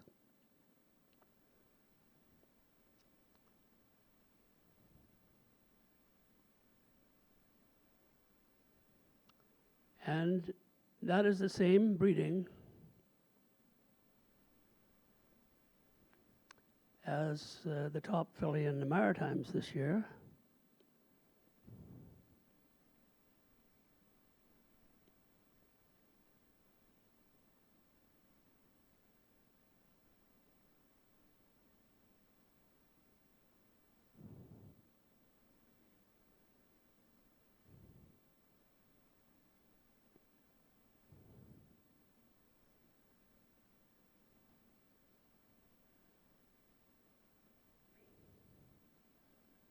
Also out of a Jeremy's Jet mare with an Arts Place line, second dam.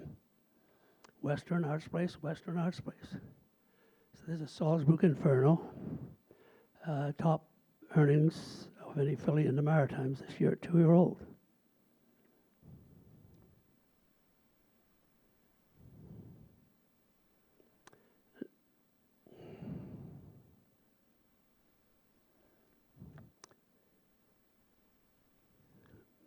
So that's the profiles. But this is the most important part. Almost all of the good ones, not 100%, but it's 90% of the good ones have a certain pattern in their pedigree. And there are 3 different patterns that that show up in all the top individuals. The best pattern to look for is the double-double, what I call a double-double. And I'll show you one here.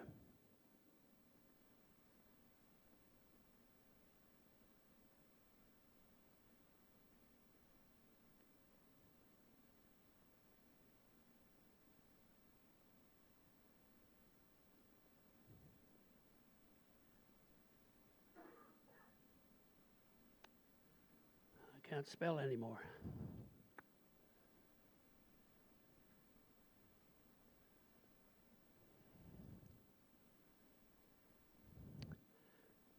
So this is a double-double pedigree.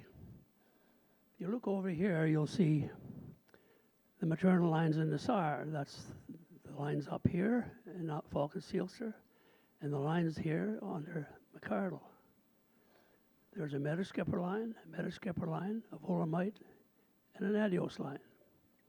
And the dam has a Metaskipper line, a Volomite, and an Adios line. They're the same. That's a double-double. Every line in the mare goes back to the maternal lines in the sire. There are many good horses bred that way.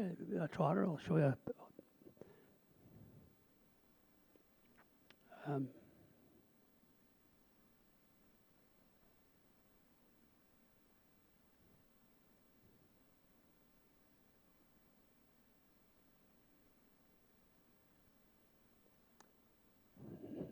This was a horse that's bred by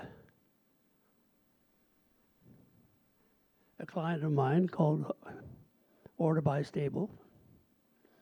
They were named the Breeder of the Year 5 years ago, and basically because of a horse like this, Chimpanzee.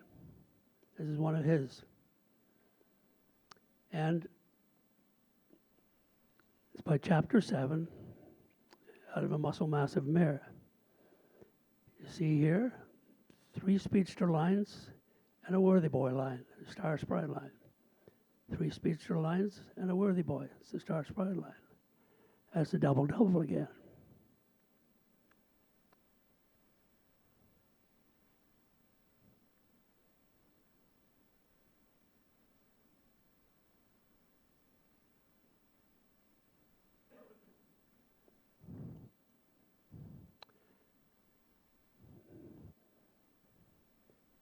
This mare was bred by Pete Spears while he was at Hanover Shoe Farms. He bred Swan for All, and when he stood in Indiana, he wanted to breed a mare to him. But Hanover wouldn't let him, other than there was this mare that he had his eye on that he thought would be a good one for Swan for All. Pete came to pedigree camp 5 years in a row. And I asked him the 5th year he came, I said, why do you keep coming to pedigree camp? I mean, you're either a poor student or I'm a poor teacher, one way or the other. But he said, no, he just likes coming to PEI, any excuse to come. So he was exposed to this, and he uses the program for his breedings. And this is Swan for All. Again, we have 3 speedster lines and a star sprite line. 3 speedster lines and a star sprite line. It's a double again. This mare made over $3 million.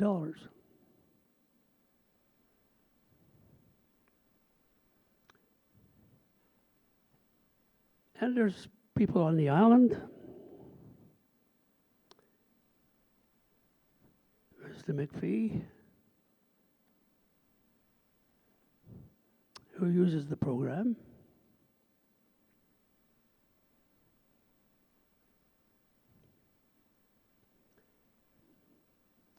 He bred so much more. Big Towner Son Sam, Big Towner Albatross here. But over here, there's the Big Towner, Metaskipper, Adios, Metaskipper. Here's the Big Towner, Adios, Metaskipper. This is a double. It's the richest maritime bred ever. So much more, 1.75 million. So the double is a very strong pattern, and if you can get it, it's worthwhile pursuing.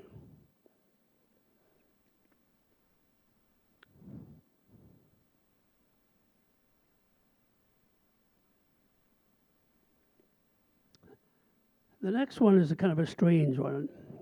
When I was looking at pedigrees, I've done this for years and years, and wondering what patterns there were that are repeating in top horses.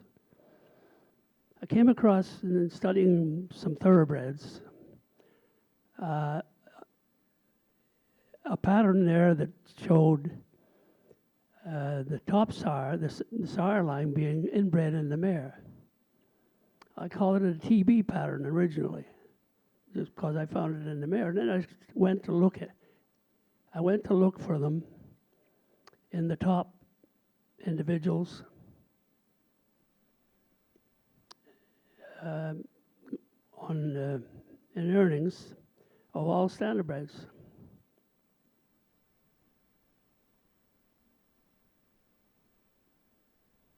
And I looked at Moneymaker, of course.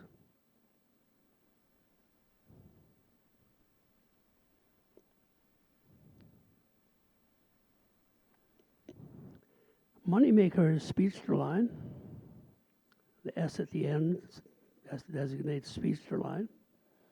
Goes back to Peter Scott. And speedster line is inbred in the mare. Here and here. That is a TB pattern. It's very common in trotters. Most of the best ones by Muscle Hill and his sons are TBs to Speedy Crown or Valley Victory, which is the sire line for Muscle Hill. We can look at the top ones in Muscle Hill and I'll show you them.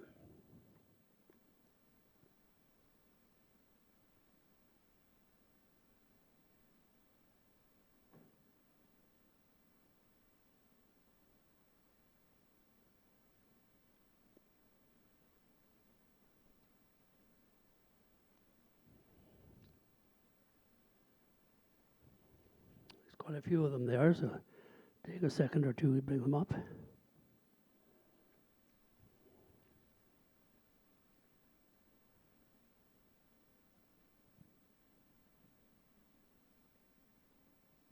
Taking a little longer than normal, but so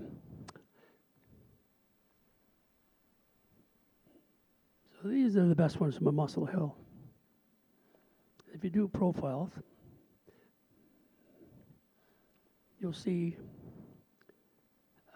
inbreeding on the mare, the Speedy Crown. This one, Manchego, is actually a double-double because it's, I'll show you how that works.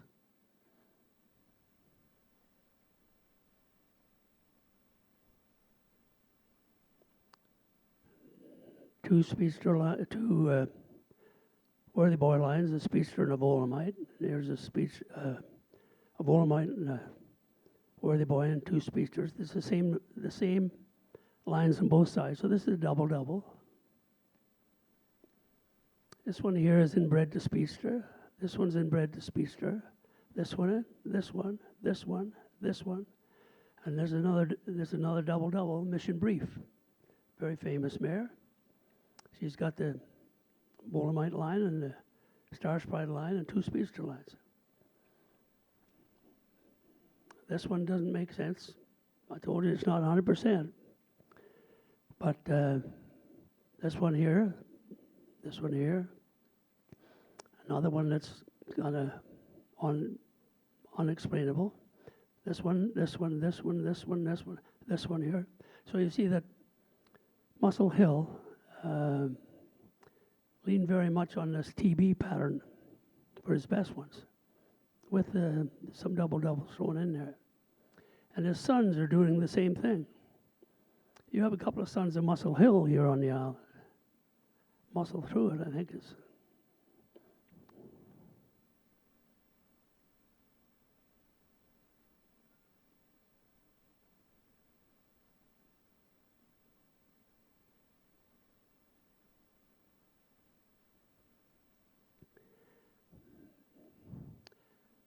He had one very good one, Irish Ray.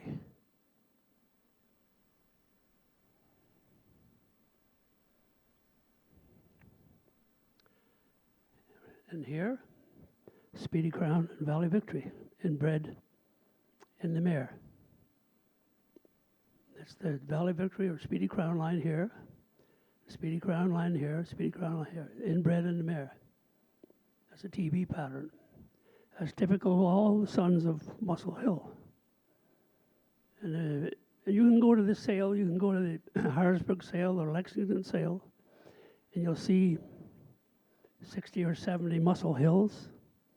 Not so many these days, but I could go there and I could put a line through 3/4 of them because they don't fit this pattern.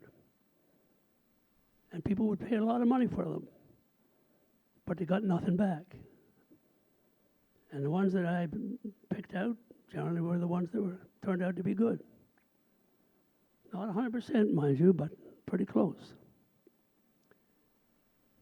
So anybody breeding to Irish Ray, if you've got a mare that's inbred to Speedy Crown, go right to it.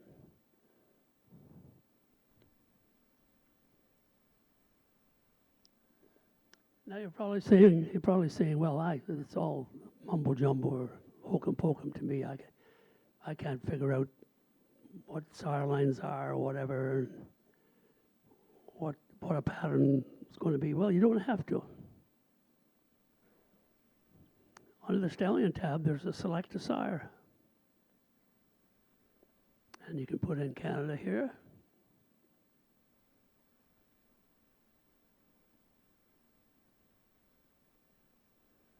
And you put in a mare. Put in Katie's Jet again.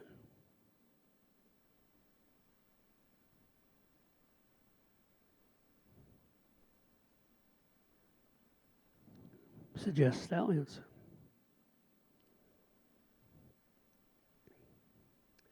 Now there's a lot of them in Canada. We're just interested in the ones in PEI.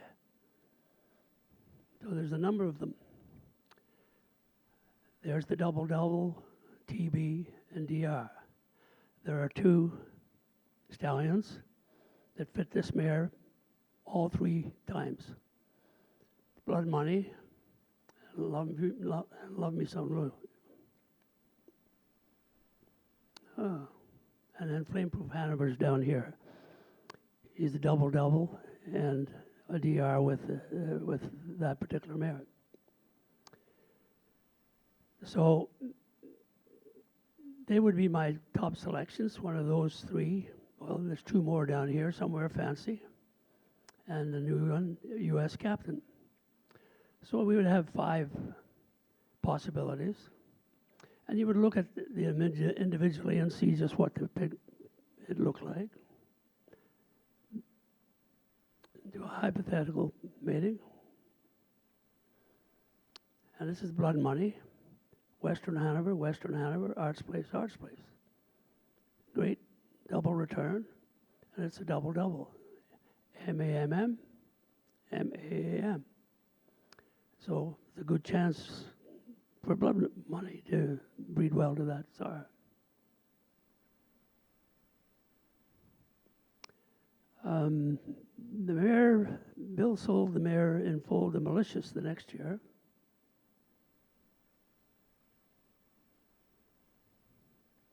Not sure if she had the foal or not, but the mare had problems foaling. She has bad colostrum, and she lost a foal for me. She came in foal to an Ontario sire, and she had the foal, perfectly good foal, up and running. 3 days later, it was dead. Got an infection because the colostrum wasn't proper, wasn't good. So Bill had experience too. So he took the mare and separated the foal from the mare when it was born. Kept the foal off the mare for 3 days, and then put it back on the mare when the milk started to flow. And the foal survived. Salzburg Gunner. So these are the things that you run into as a breeder. You're going to run into all kinds of problems, and foaling and losing foals for no reason that you're aware of. And it's a tough business. And I'm sure you're all very capable breeders in your own right in terms of looking after foals and getting them going and growing them up good, preparing them as yearlings for the sale. But what it boils down to is that there's one decision that you have to make as breeders that is all important, and that's selecting a sire. Because if you get the wrong sire on the mare, you're stuck with it. Once the foal is in the womb and is born and raised, you can raise it as well as you can, feed it as well as you can, give it to the best trainer in the world. Won't work. It just does not work if they're not bred right. So it's important that you make that decision with all the help that you can muster. And that's what this program does for you. It's available on my website, And it's free to download at pedigreematching.com. You can download it and install it, and then you have to send me the serial number, and I'll send you an activation key, and you'll be up and running. So, as simple as that. Cost you nothing. It's free for PEI breeders. Anybody else has to pay a small fee. But we have a number of breeders who are on the system now. Not enough of you. You could all benefit from using it, even though if you just select the sire. Without understanding all the ins and outs of pedigree matching and sire lines and all that kind of stuff. You work with it long enough, you'll learn. I'd like to give a shout out now to Arnold Hagan here. Arnold's a new breeder. His first full crop was in 2020, I believe. He had 5 foals, I think, and all 5 of them made it to the races. The 2 best were actually double doubles, and Arnold didn't notice that.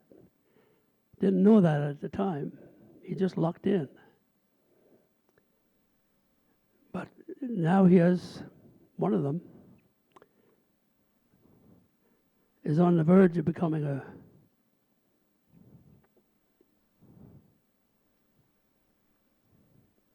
$100,000 winner in his first crop.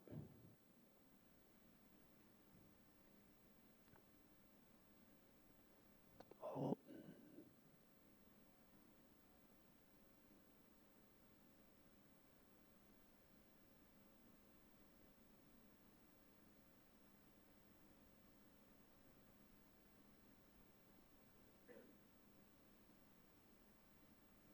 I spelled that wrong. I thought Bethany Jean. Oh, I showed off. Oh, sorry. I can't even, without my specs on, I can't see a thing. So this is Redland Bethany Jean. She's at 99,524. She's in to go tomorrow in Flamborough. And with any luck at all, she'll be over the $100,000 mark. Pretty significant accomplishment for a first crop, even though he didn't know it was a double-double until I showed him the program in 2 years ago, 3 years ago, when he joined us in the syndicate for Flameproof Hanover. There's a Volomite, 2 Adioses, and a Meta Skipper. A Volomite, 2 Adioses, and a Meta Skipper line here, double-double. Plus he's got Arts Place, Matt Scooter, Arts Place. I was looking at his foals for 2004. He's got a dozen foals or so. One trotter who's bred the right way. It's a Muscle Hill son, bred to a mare that's inbred to Speedy Crown for TB. And he has 11 yearlings, pacing yearlings, and he's got double pedigrees on every one of them. So it's the big experiment. Maybe it'll work, maybe it won't. It won't work for them all because not every foal makes it, regardless of their pedigree. But I wish him well, and we'll see how Bethany Jean does tomorrow. So that's a quick intro into the pedigree matching program. It's called PM Equine. It's in use all over the world now. Australia, New Zealand, Europe, Sweden, Norway. Even have a couple of people from France who use it. And then, of course, throughout North America and Canada, a number of users in Ontario.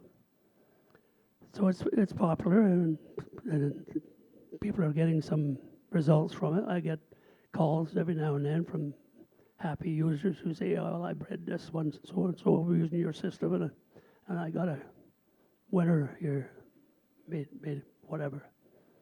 So maybe it can happen here. It should. Some of you have had the opportunity for the last 15 years to get on the system, and you haven't for some reason. Now I've made it simple for you, very easy to get on the system and make the most of it. So I invite you to download the program, and thank you for having me.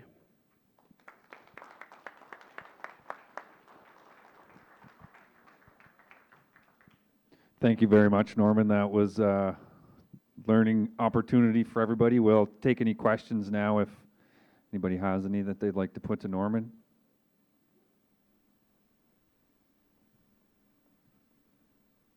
Up in the back.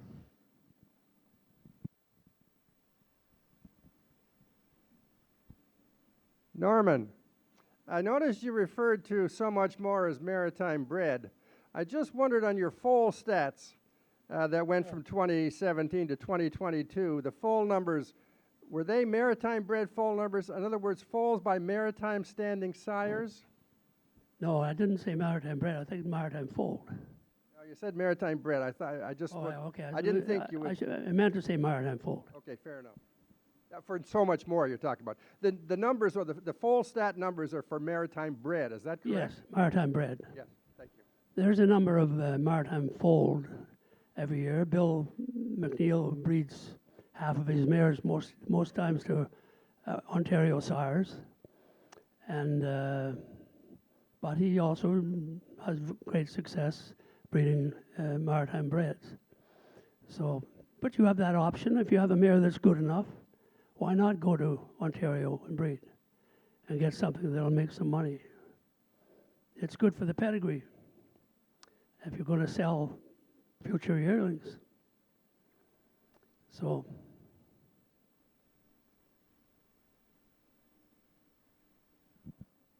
Any other questions? And Zach, we didn't mean to pick on Toxic Terror there. We pulled her pedigree up whenever we were looking at the computer earlier. I'm sure all my mares are in the 40s too. There's sandwiches that have been delivered to the side, so maybe we'll take a couple minutes and then we'll proceed with wrapping things up after. Thanks, everyone, and thanks a lot to Norman. It was very informative.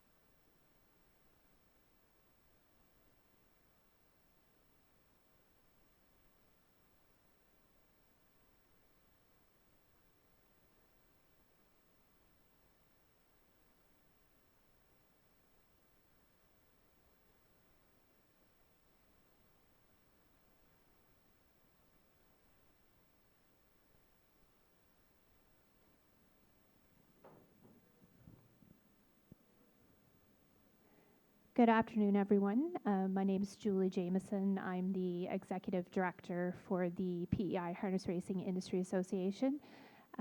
Myself and Zach Conway, who's down here on the computer, we are the full-time staff for the Industry Association that work out at the office. So I've just been asked to give you a bit of an update on the PEI breeding sector, some numbers, and some information about some of the programs that we run. I have put up in a box on the table there where you came in some books that will contain some of the information that I'm talking about today, if you'd like to take it home with you.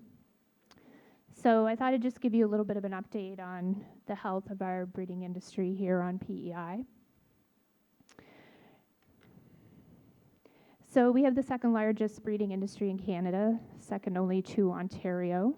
We currently have 255 members that are registered as breeders. And in 2024, PEI foaled horses earned a total of $9.7 million from 603 PEI foaled horses racing. So those are just some interesting statistics to see how our horses are doing on the broader stage as well as here in the Maritimes. Next, we'll talk about the stallion standing on PEI. If you were here before we started, we were running a bit of our stallion showcase.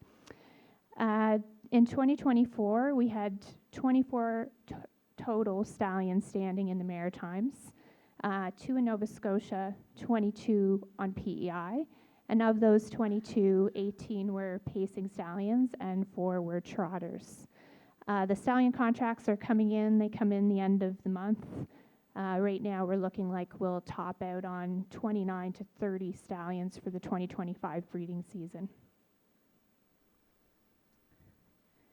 Next, we'll look at the number of mares bred to PEI stallions. Now, this is technically the number of matings, so there may be some multiple matings included in this information. Unfortunately, I have to estimate the size of the broodmare population on PEI.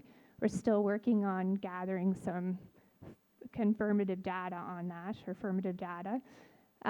So we have 441. I do believe our population for broodmares here on PEI would be between 425 and 450, just based on our foaling numbers, which we will see a little bit later. But Standardbred Canada counts the number of mares bred on PEI solely by matings. So next we'll talk a little bit about some of the programs we have available here on PEI. So this is the resident mare program. This is open for individuals who are not residents of PEI but would like to participate in our programs that have PEI foaled conditions in them.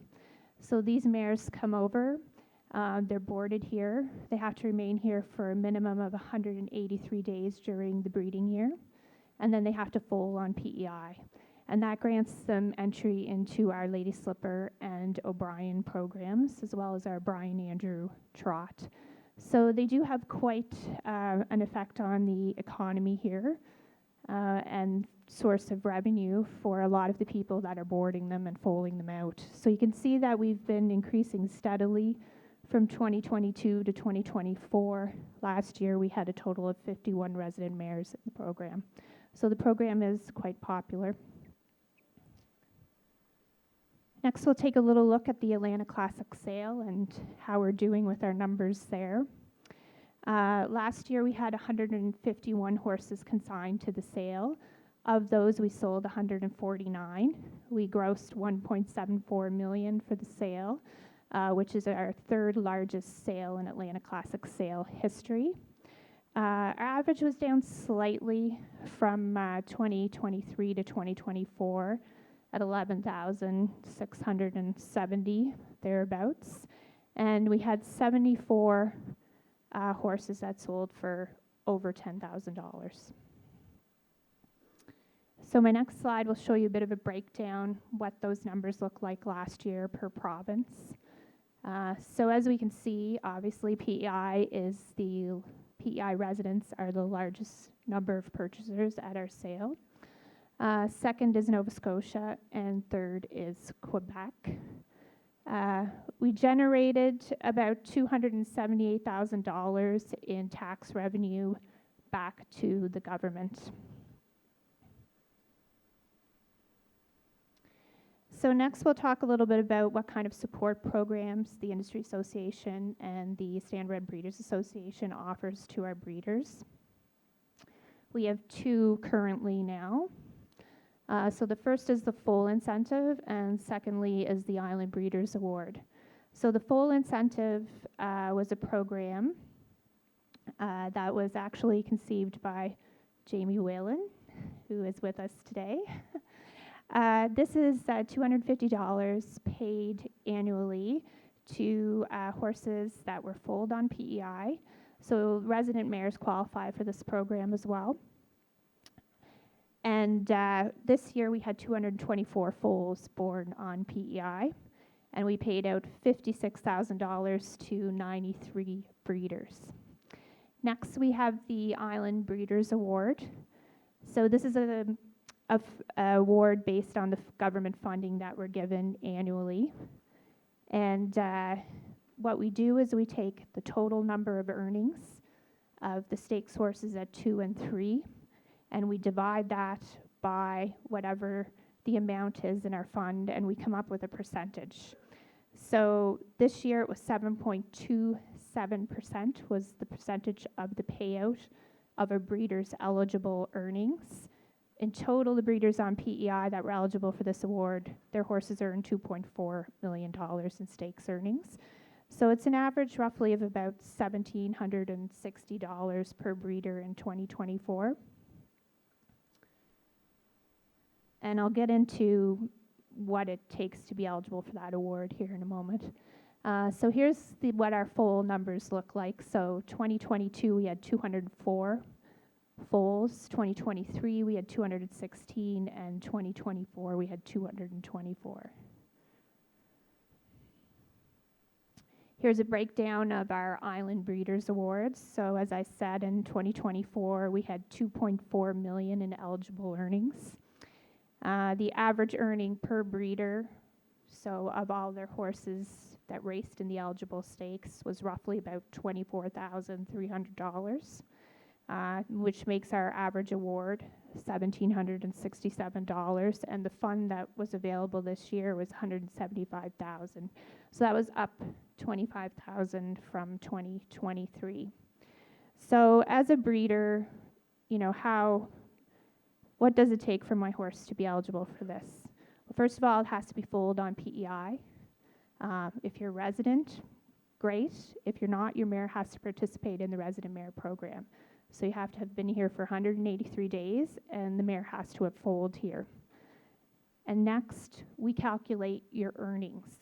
And the stakes that those earnings come from are the Atlantic Sire Stakes, the Brian Andrew Trot, the Lady Slipper, and the O'Brien and the PEI Colt Stakes. So each year, we set aside an amount of government funding for this Breeders' Awards. And as you can see, we'll take that percentage, multiply it by your individual eligible earnings, and that dictates your payout for the year.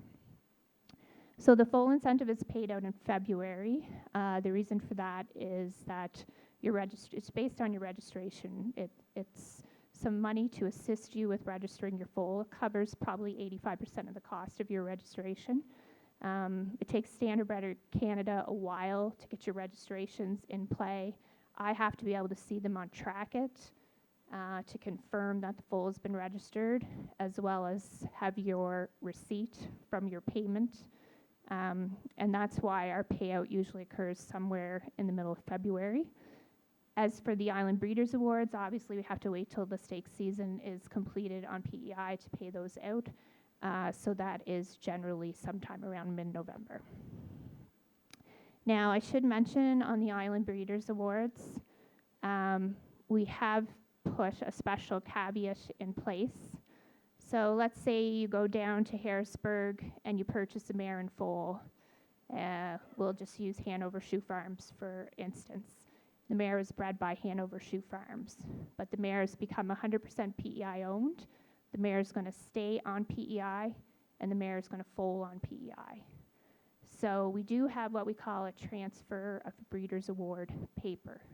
So if you purchase a mare, and this applies to someone buying a mare in the Maritimes as well, or Ontario, if you purchase a mare prior to her foaling, you transfer the mare into the new ownership prior to her foaling. She stays on the island for 183 days and foals here. If you get a signature from the person who was the breeder prior to you buying the mare and foal, you will be eligible for the PEI Breeders' Award. Because obviously you're bringing the mare here, you're doing the work to foal her out, you're contributing to the PEI economy, and we want to reward that. Okay, so just a couple of small slides about some other breeders' incentives that are more along the lines of racing. This is our trot development series. This started out as a 2- and 3-year-old program. Initially, we were trying to run it to have something available for trotters who were not maritime sired.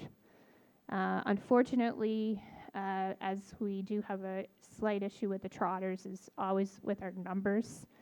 Last year, we ended up only having 3 horses compete in this, so we have changed the criteria for this year. We're going to try making this a 3-year-old open, so that would be open to outside sired jurisdiction horses as well as maritime sired. We're going to run it in legs, because what we saw last year was had a number of 3-year-olds ready to go early June and nowhere to race, because they may have had too much stakes money on their card from the year before if they did race to, they were going to be racing in the open. So we're going to do 3 legs, 7 days apart, beginning June 8th. Will be the first leg with an escalating purse until you get into leg 3. The top earning filly in this receives a $1,500 bonus. Next up was another idea generated by the Breeders Group, and this is the PEI Colt Stakes Graduate Series. The thought process behind this was, how do we keep our maritime horses, carry them over from their 3-year-old year into their 4-year-old year, and make them part of the overnight pool of horses?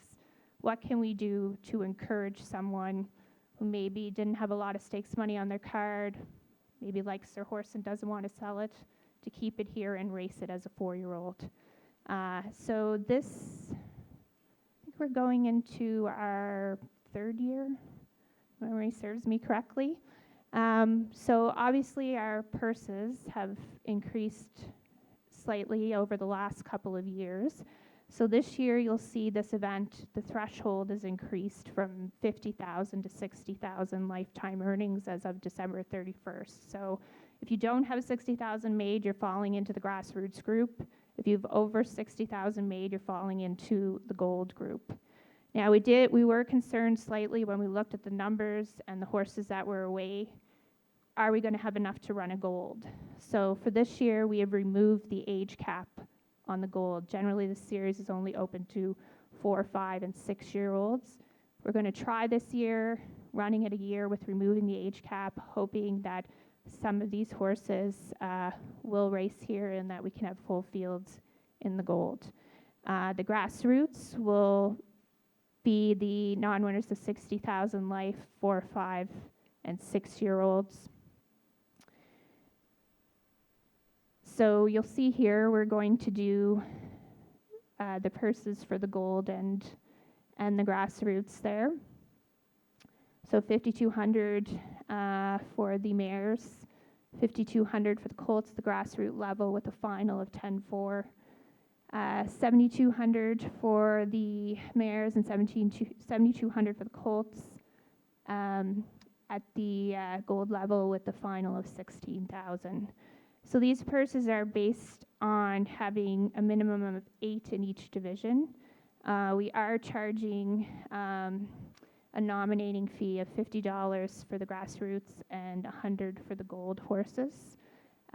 If we have over 8 entries, the nominating fees will go on top of the purse for the final, but those purse numbers are guaranteed. We're also going to have a minimum number to split by sex so that we can ensure that we have 5 or more racing to have it split by sex. That's about everything I have for today. Just a couple of housekeeping items. Entries will open for the Atlanta Classic sale May 1st. You can enter online or in person at our office. We're in Monday to Friday, 9 to 5. There will be a few changes to the Atlanta Classic sale entry this year that will be posted on our website when the entries go out. Also, please do not forget your staking for your yearlings coming up May 15th. And if you'd like any information on anything I've discussed today, feel free to send an email to our office, peracing@eastlink.ca. Also, our website is peiharnessracing.ca. All of this information is on there as well. And feel free to have a go at our printed books there on the way out if you'd like to take them. Most of the information that I discussed today is in there. Does anybody have any questions before we move along?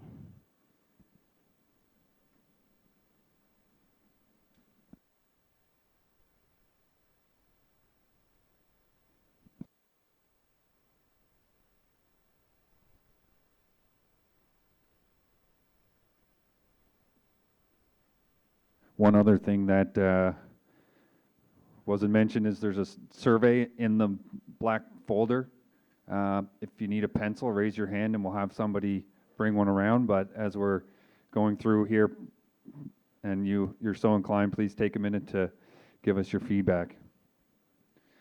So we wanted to lay that out for you guys just to see what level of support that the breeding industry is receiving on PEI. And I think evidenced by that, the support has been great. So we're just going to put 3 questions to the floor here very quickly, see if anybody has any feedback, and we can incorporate that into our future discussions for the group. You want to lead this one, Nick? Yeah, absolutely. So one question we have for people, what are your thoughts on the current breeding incentives that are offered by the PEI Standard Breeders Association and the PEI Harness Racing Industry Association? Does anyone have any thoughts they want to share on that? Exactly, don't be shy. Is there anything else you think we could do a little better or something we could change? Norman says the more incentives, the merrier, so that's positive feedback.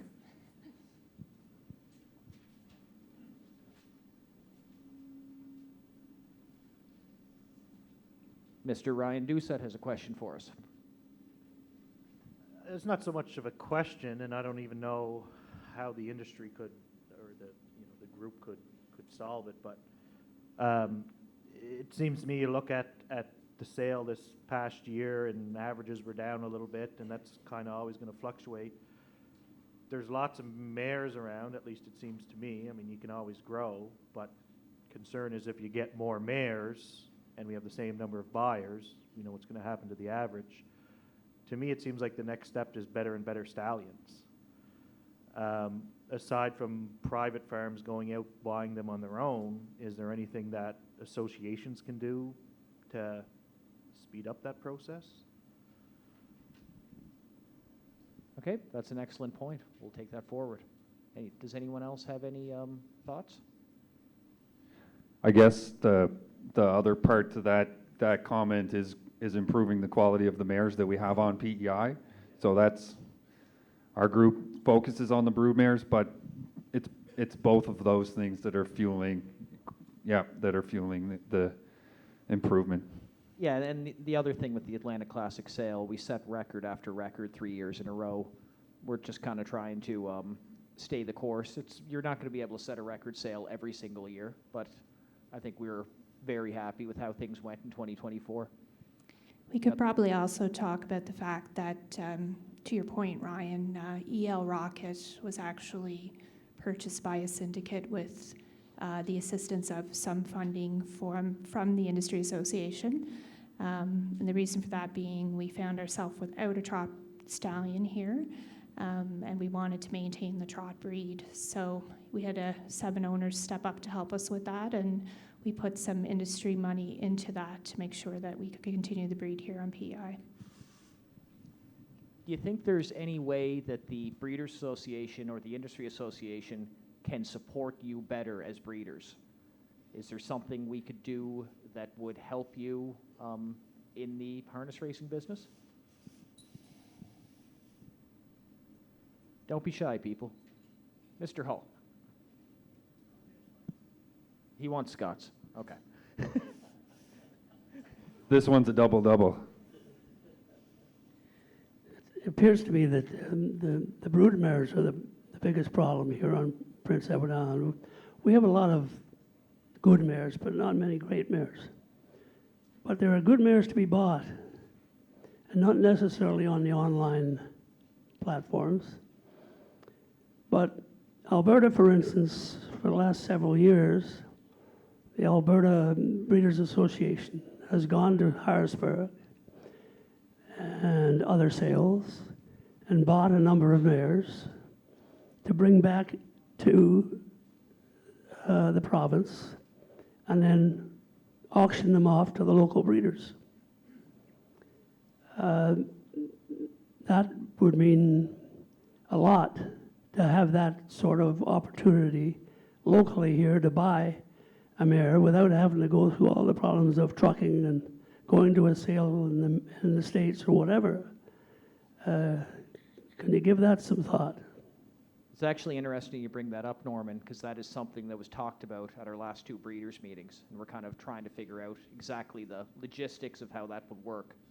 We were thinking more in the terms of trot mares. We're very, very light on the trot side for brood mares. I think we're at the point now we're going to have 6, maybe 7 stallions this year. And I think if you count around Atlantic Canada,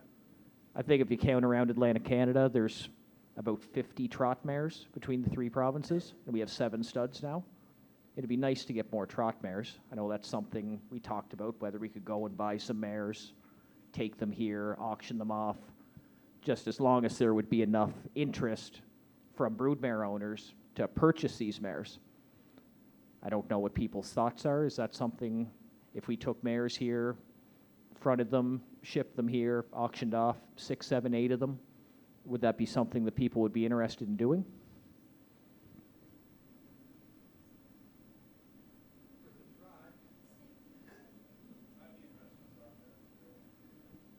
Okay, well, there's one. No, but like there were some that sold in a couple sales in Ohio that, you know, had decent pedigree. Some of them weren't in foal, some of them were. They would probably suit the program here for the Atlantic Sire Stakes. We had discussed this at every meeting since the fall, and then that was one of the reasons why we wanted to bring forward the group discussion. But then the happenings of the recent couple months with our friends south of the border would make the prospect of buying a couple trailer loads of mares even more uncertain. But if it were up to our group, that was the avenue that we had been thinking about with our breed development fund. So I'm glad to hear from Norman and everyone else that there is support for that.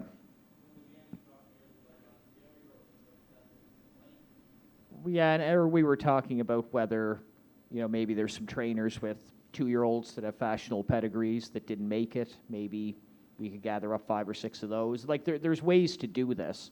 We just need to make sure there's enough support in the breeding industry on PEI for people to actually purchase them. If there's anyone in here that would be interested in maybe purchasing a trot broodmare, if we did a program like that, do you think you could put your hand up? There's 5, 6. Mr. Chair, that looks like enough.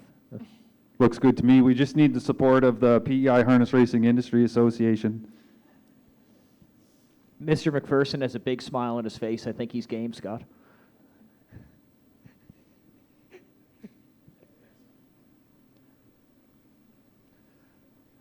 So people, what changes or improvements do you think are needed to grow the breeding industry on PEI? And I use the word grow. I'd almost go grow or improve the breeding industry on PEI. What do you think we can do better to serve you better, to serve your customers better, the people buying your yearlings? What could we do? Does anyone have any thoughts on that?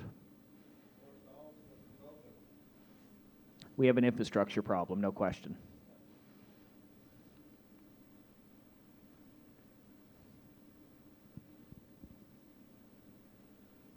So I'll start off by saying I love Breeders' Crown Weekend, where you have the sale on Friday and then you race all day Saturday, Sunday. But I wonder if there's been discussion about the time of the sale and when stake season wraps up. I find it a little strange that you have the sale on Friday, you give away a couple $100,000 over the weekend, a couple weeks later you have the Maritime Breeders, which again is some big purse money. It's not necessarily within the scope of this room, but I mean, my opinion is I think we have too many stakes and it would be better to condense and maybe end the season earlier so that you could still have the sale after stake season is done. Would that not mean more money for owners? They might be willing to spend a little more. Yeah, and that's a great point, Ryan. It's something we've talked about a number of times. The problem with the Atlantic Classic sale is we hold it at the Croppo Agriplex, and they start putting the ice in the very next day. We host the sale on literally the last possible day we can in Croppo. If we're going to have it later, which trainers and owners would like, I think would make people's lives easier. It would have to be at a different venue. Now it is, but and then we put out an RFP for to have the sale at a different location, and the only one that offered to host the sale was the Croppo Agriplex. So we're going back to Croppo. So I guess the alternative to that, whether we can't go any later in the year, maybe you could go 3 days earlier and get it away from that weekend. You could host the sale on Tuesday or Wednesday, but it doesn't solve the problem of getting it after Breeders' Crown Weekend. That seems to be a major stumbling block.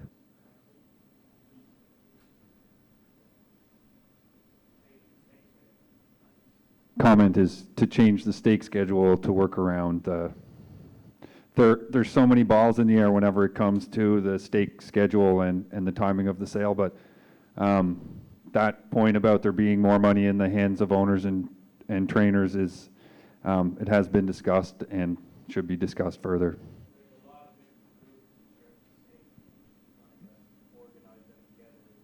No, there absolutely is. There's a lot of moving parts. Like, that would be something that we would have to bring forward to the Atlantic Standardbred Breeders Association, whether that's something they would consider. I know we have a director in the room right now, whether he thinks that's something we should do, but it's definitely something that can be discussed.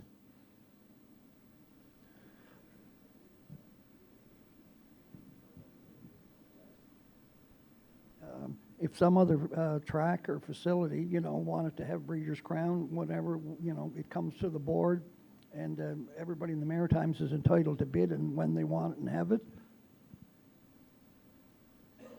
Yeah, you're saying the date change would have to come from Red Shores when they bid on it originally. Okay, there's your answer. Anybody else? Is there anything we can do to grow or improve the breeding industry? Like, one thing, like, we have a great board. We have a great board of directors, and we've done a lot of terrific things in the 6 years that I've been on the board. But sometimes you wonder if you're in an echo chamber. We're talking to the same people, talking about the same things. Is there something we're missing? Is there something that you think we should do that we're not doing? We have a whole bunch of people with a lot of money invested in the business in this room. Is there anything you think we can do better or different, or any thoughts on what we are doing? Anybody?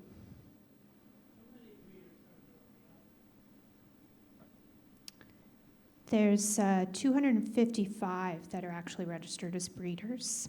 Of those, we're consistently paying out probably between 90 and 100 that are breeding every year, year over year.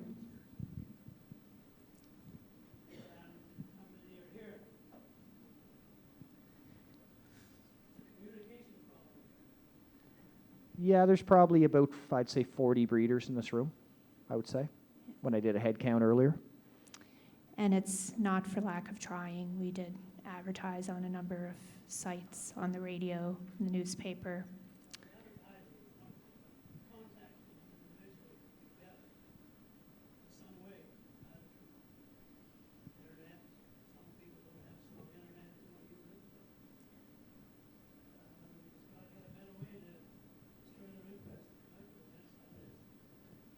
You think we can have a better communication system to disseminate information to breeders?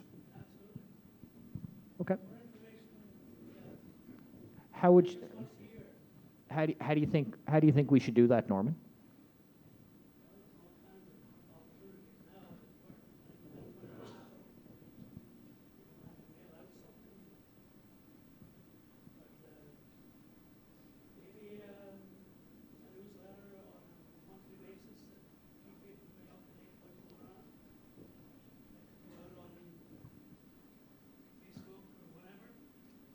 Okay, so Norman's point was maybe we could have a information letter goes out on maybe a monthly basis to people with what's going on in the industry. It's a great suggestion. And anything else, Norman?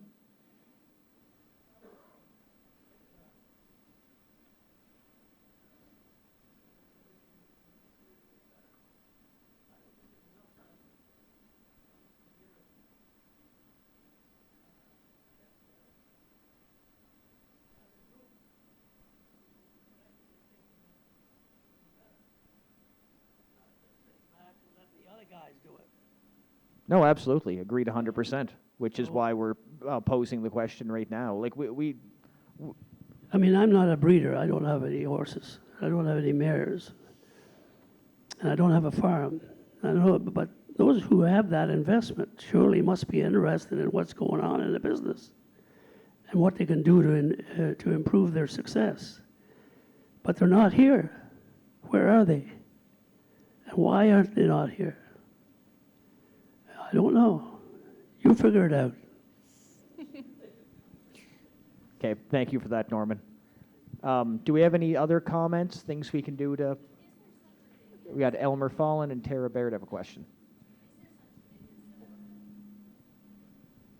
Maybe I'm just not aware of it, but is there such a thing, I'm going to use Atlantic Post calls as an example, that would be specifically for breeders on everything that they need to do or what they can do, or like is there a paper that goes out every month, or like Norman said, just to keep people updated, or is it mainly social media that you kind of promote things with?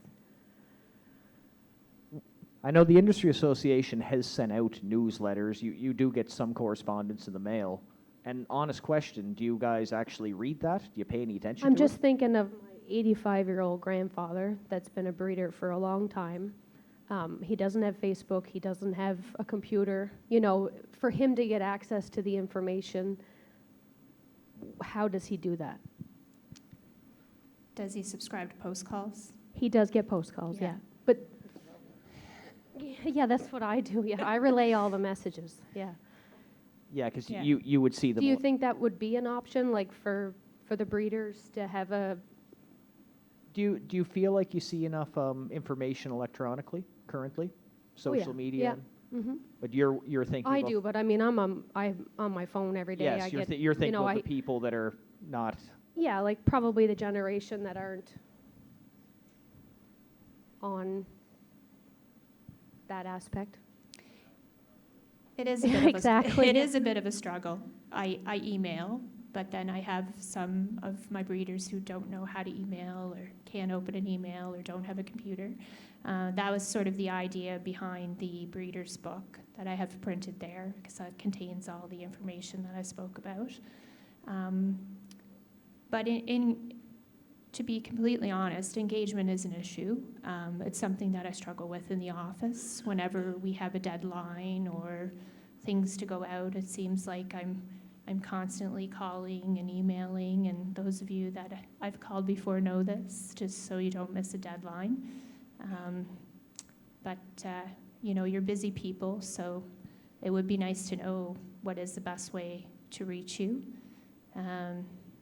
because we can do mail, we can do electronically, we can do Gmail, we can advertise. Unfortunately, our advertising options are fairly limited. We do have the PEI Breeders Facebook group. We try to post things on there regularly when we have events. The Industry Association Facebook group. Our website is a great, if you do have a computer and can use it, our website is a great resource. Most everything we have coming up or forms to fill out is on there. And obviously myself and Zach are always available. We're in the office Monday to Friday, 9 to 5.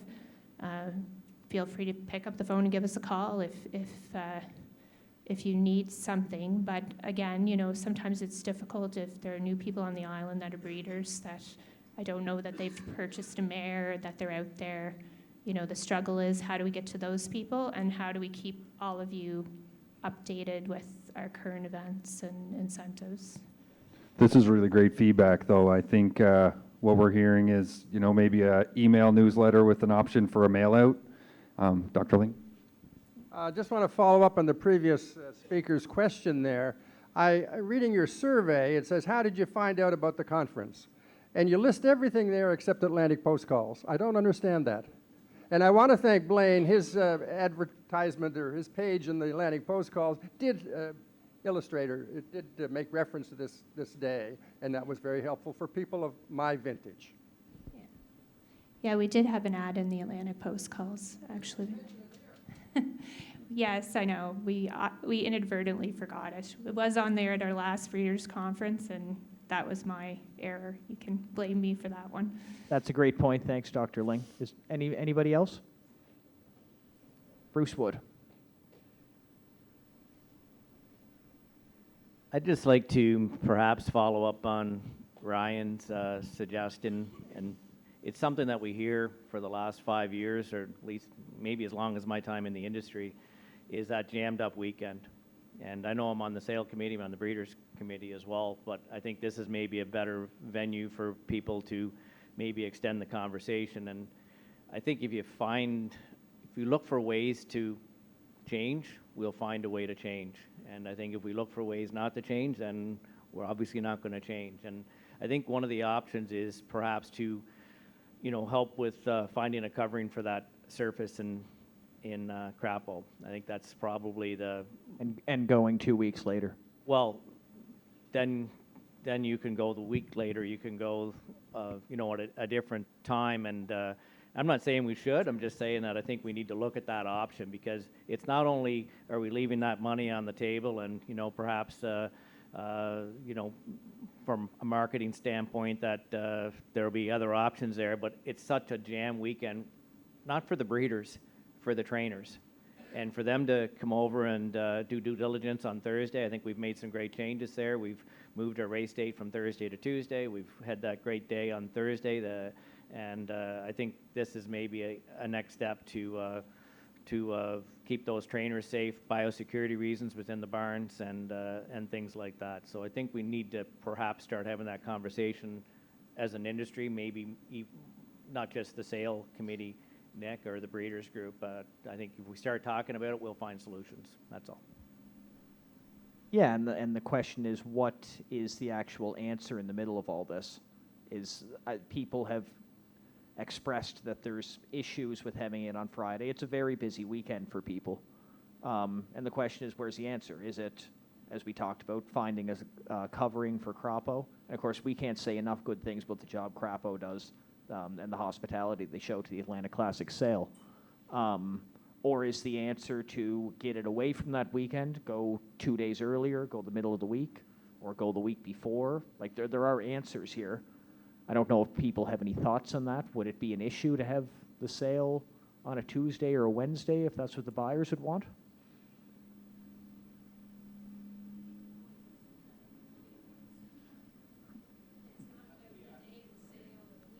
Yeah, if we can't cover the ice surface in Crapo, and I'm not saying we can, but if we can't have the thing any later. It's currently anyways.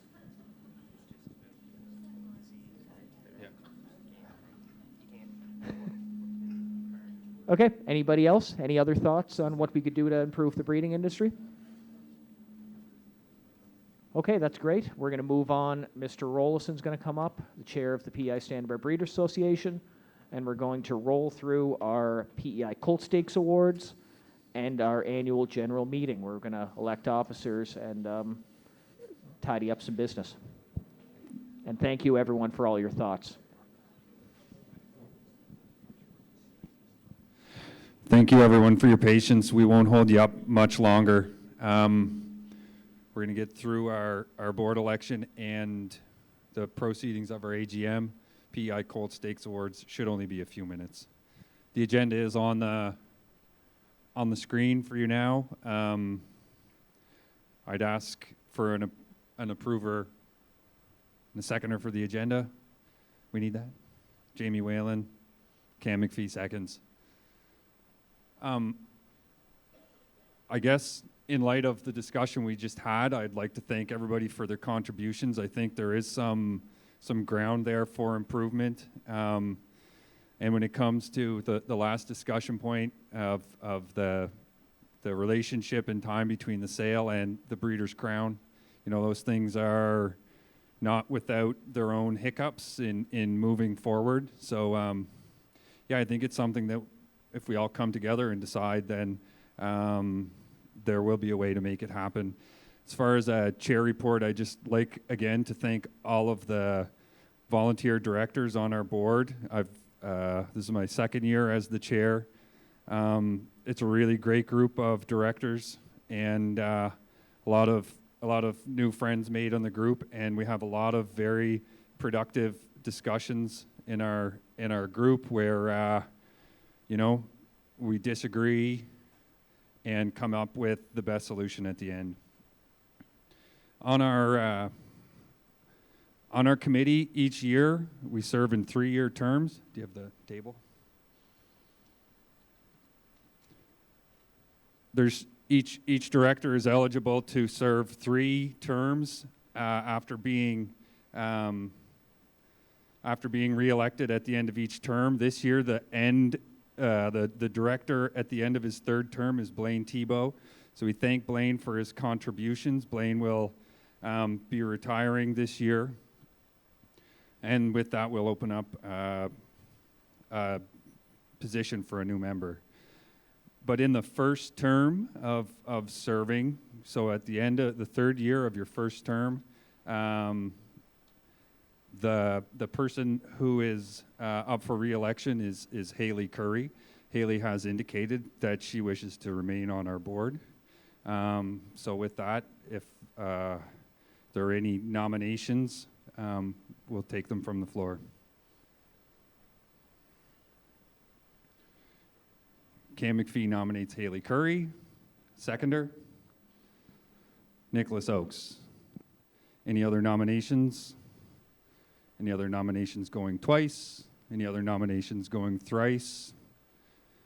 Congratulations, Haley. Thank you for your time and serving. Up in the end of their 2nd term is Mike Clary. I talked to Mike this morning. He was at a church fire in Montague until 1 a.m. and on the snowplow at 3 a.m. So Mike unfortunately can't be with us today. Mike indicated that he is willing to serve another term, so I'll ask for any nominations from the floor.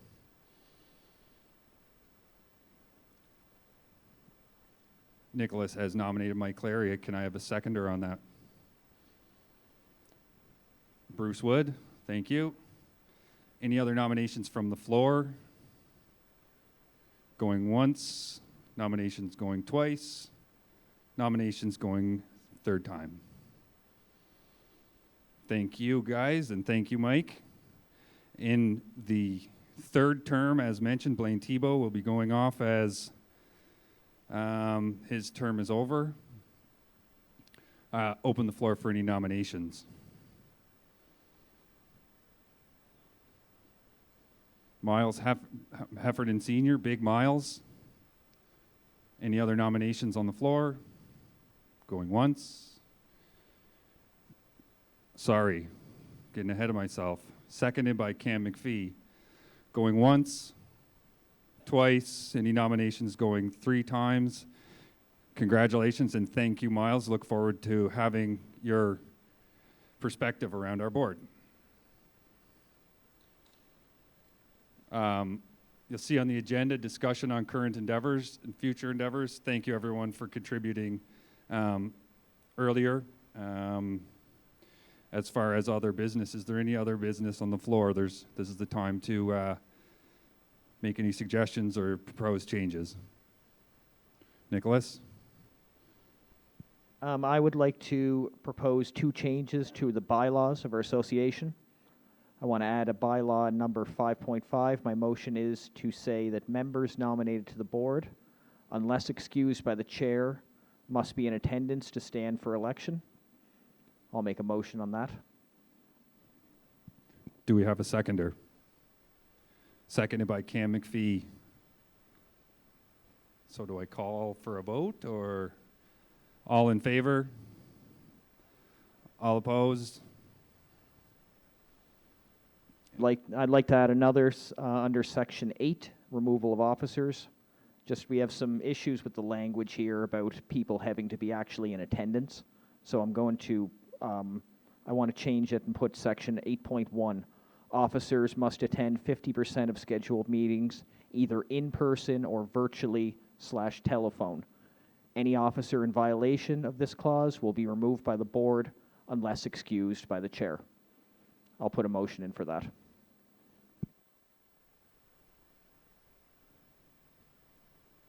I think we talked about it in our group, but we do need to do a better job in allowing for virtual options when everybody's very busy. So do I have a seconder? Miles? All in favor? Aye. All opposed? Motion carried. Okay, good job, everybody. We're going through it. Now, this is actually one of the fun parts, if I can find my notes. The PEI Colt Stakes Awards. Top Breeder Award, the Norman Hall Breeder of the Year Award this year in the PEI Colt Stakes program with 4 wins in the standout Rocket Blast 3-year-old trotter, Breeder of the Year, the one and only Wade Piccone.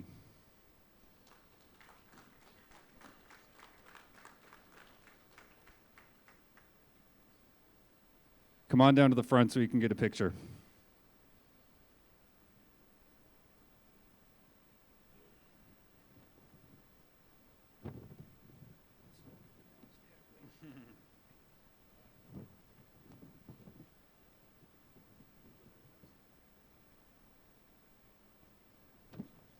Thanks and congratulations, Wade. Next up is the Leading Trainer of the Year Award. 7 PEI Colt Stakes wins, standout 3-year-old Colt Marigo Magic. Congratulations to the winner, the Ralph Veneer Leading Trainer, Melissa Rennie.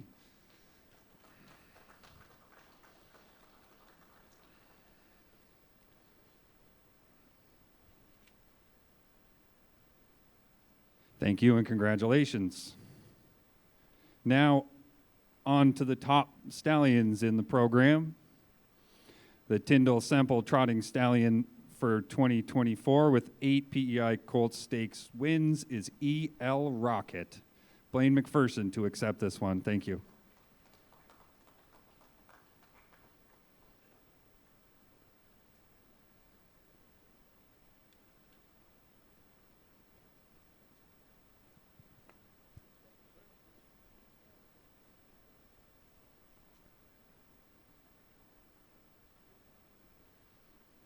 And the George Callbeck Top Pacing Stallion for 2024 with 7 PEI Colt Stakes wins is Malicious, the George Callbeck Top Pacing Stallion. Earl Watts sent his regrets, so Julie Jameson will accept the award on his behalf.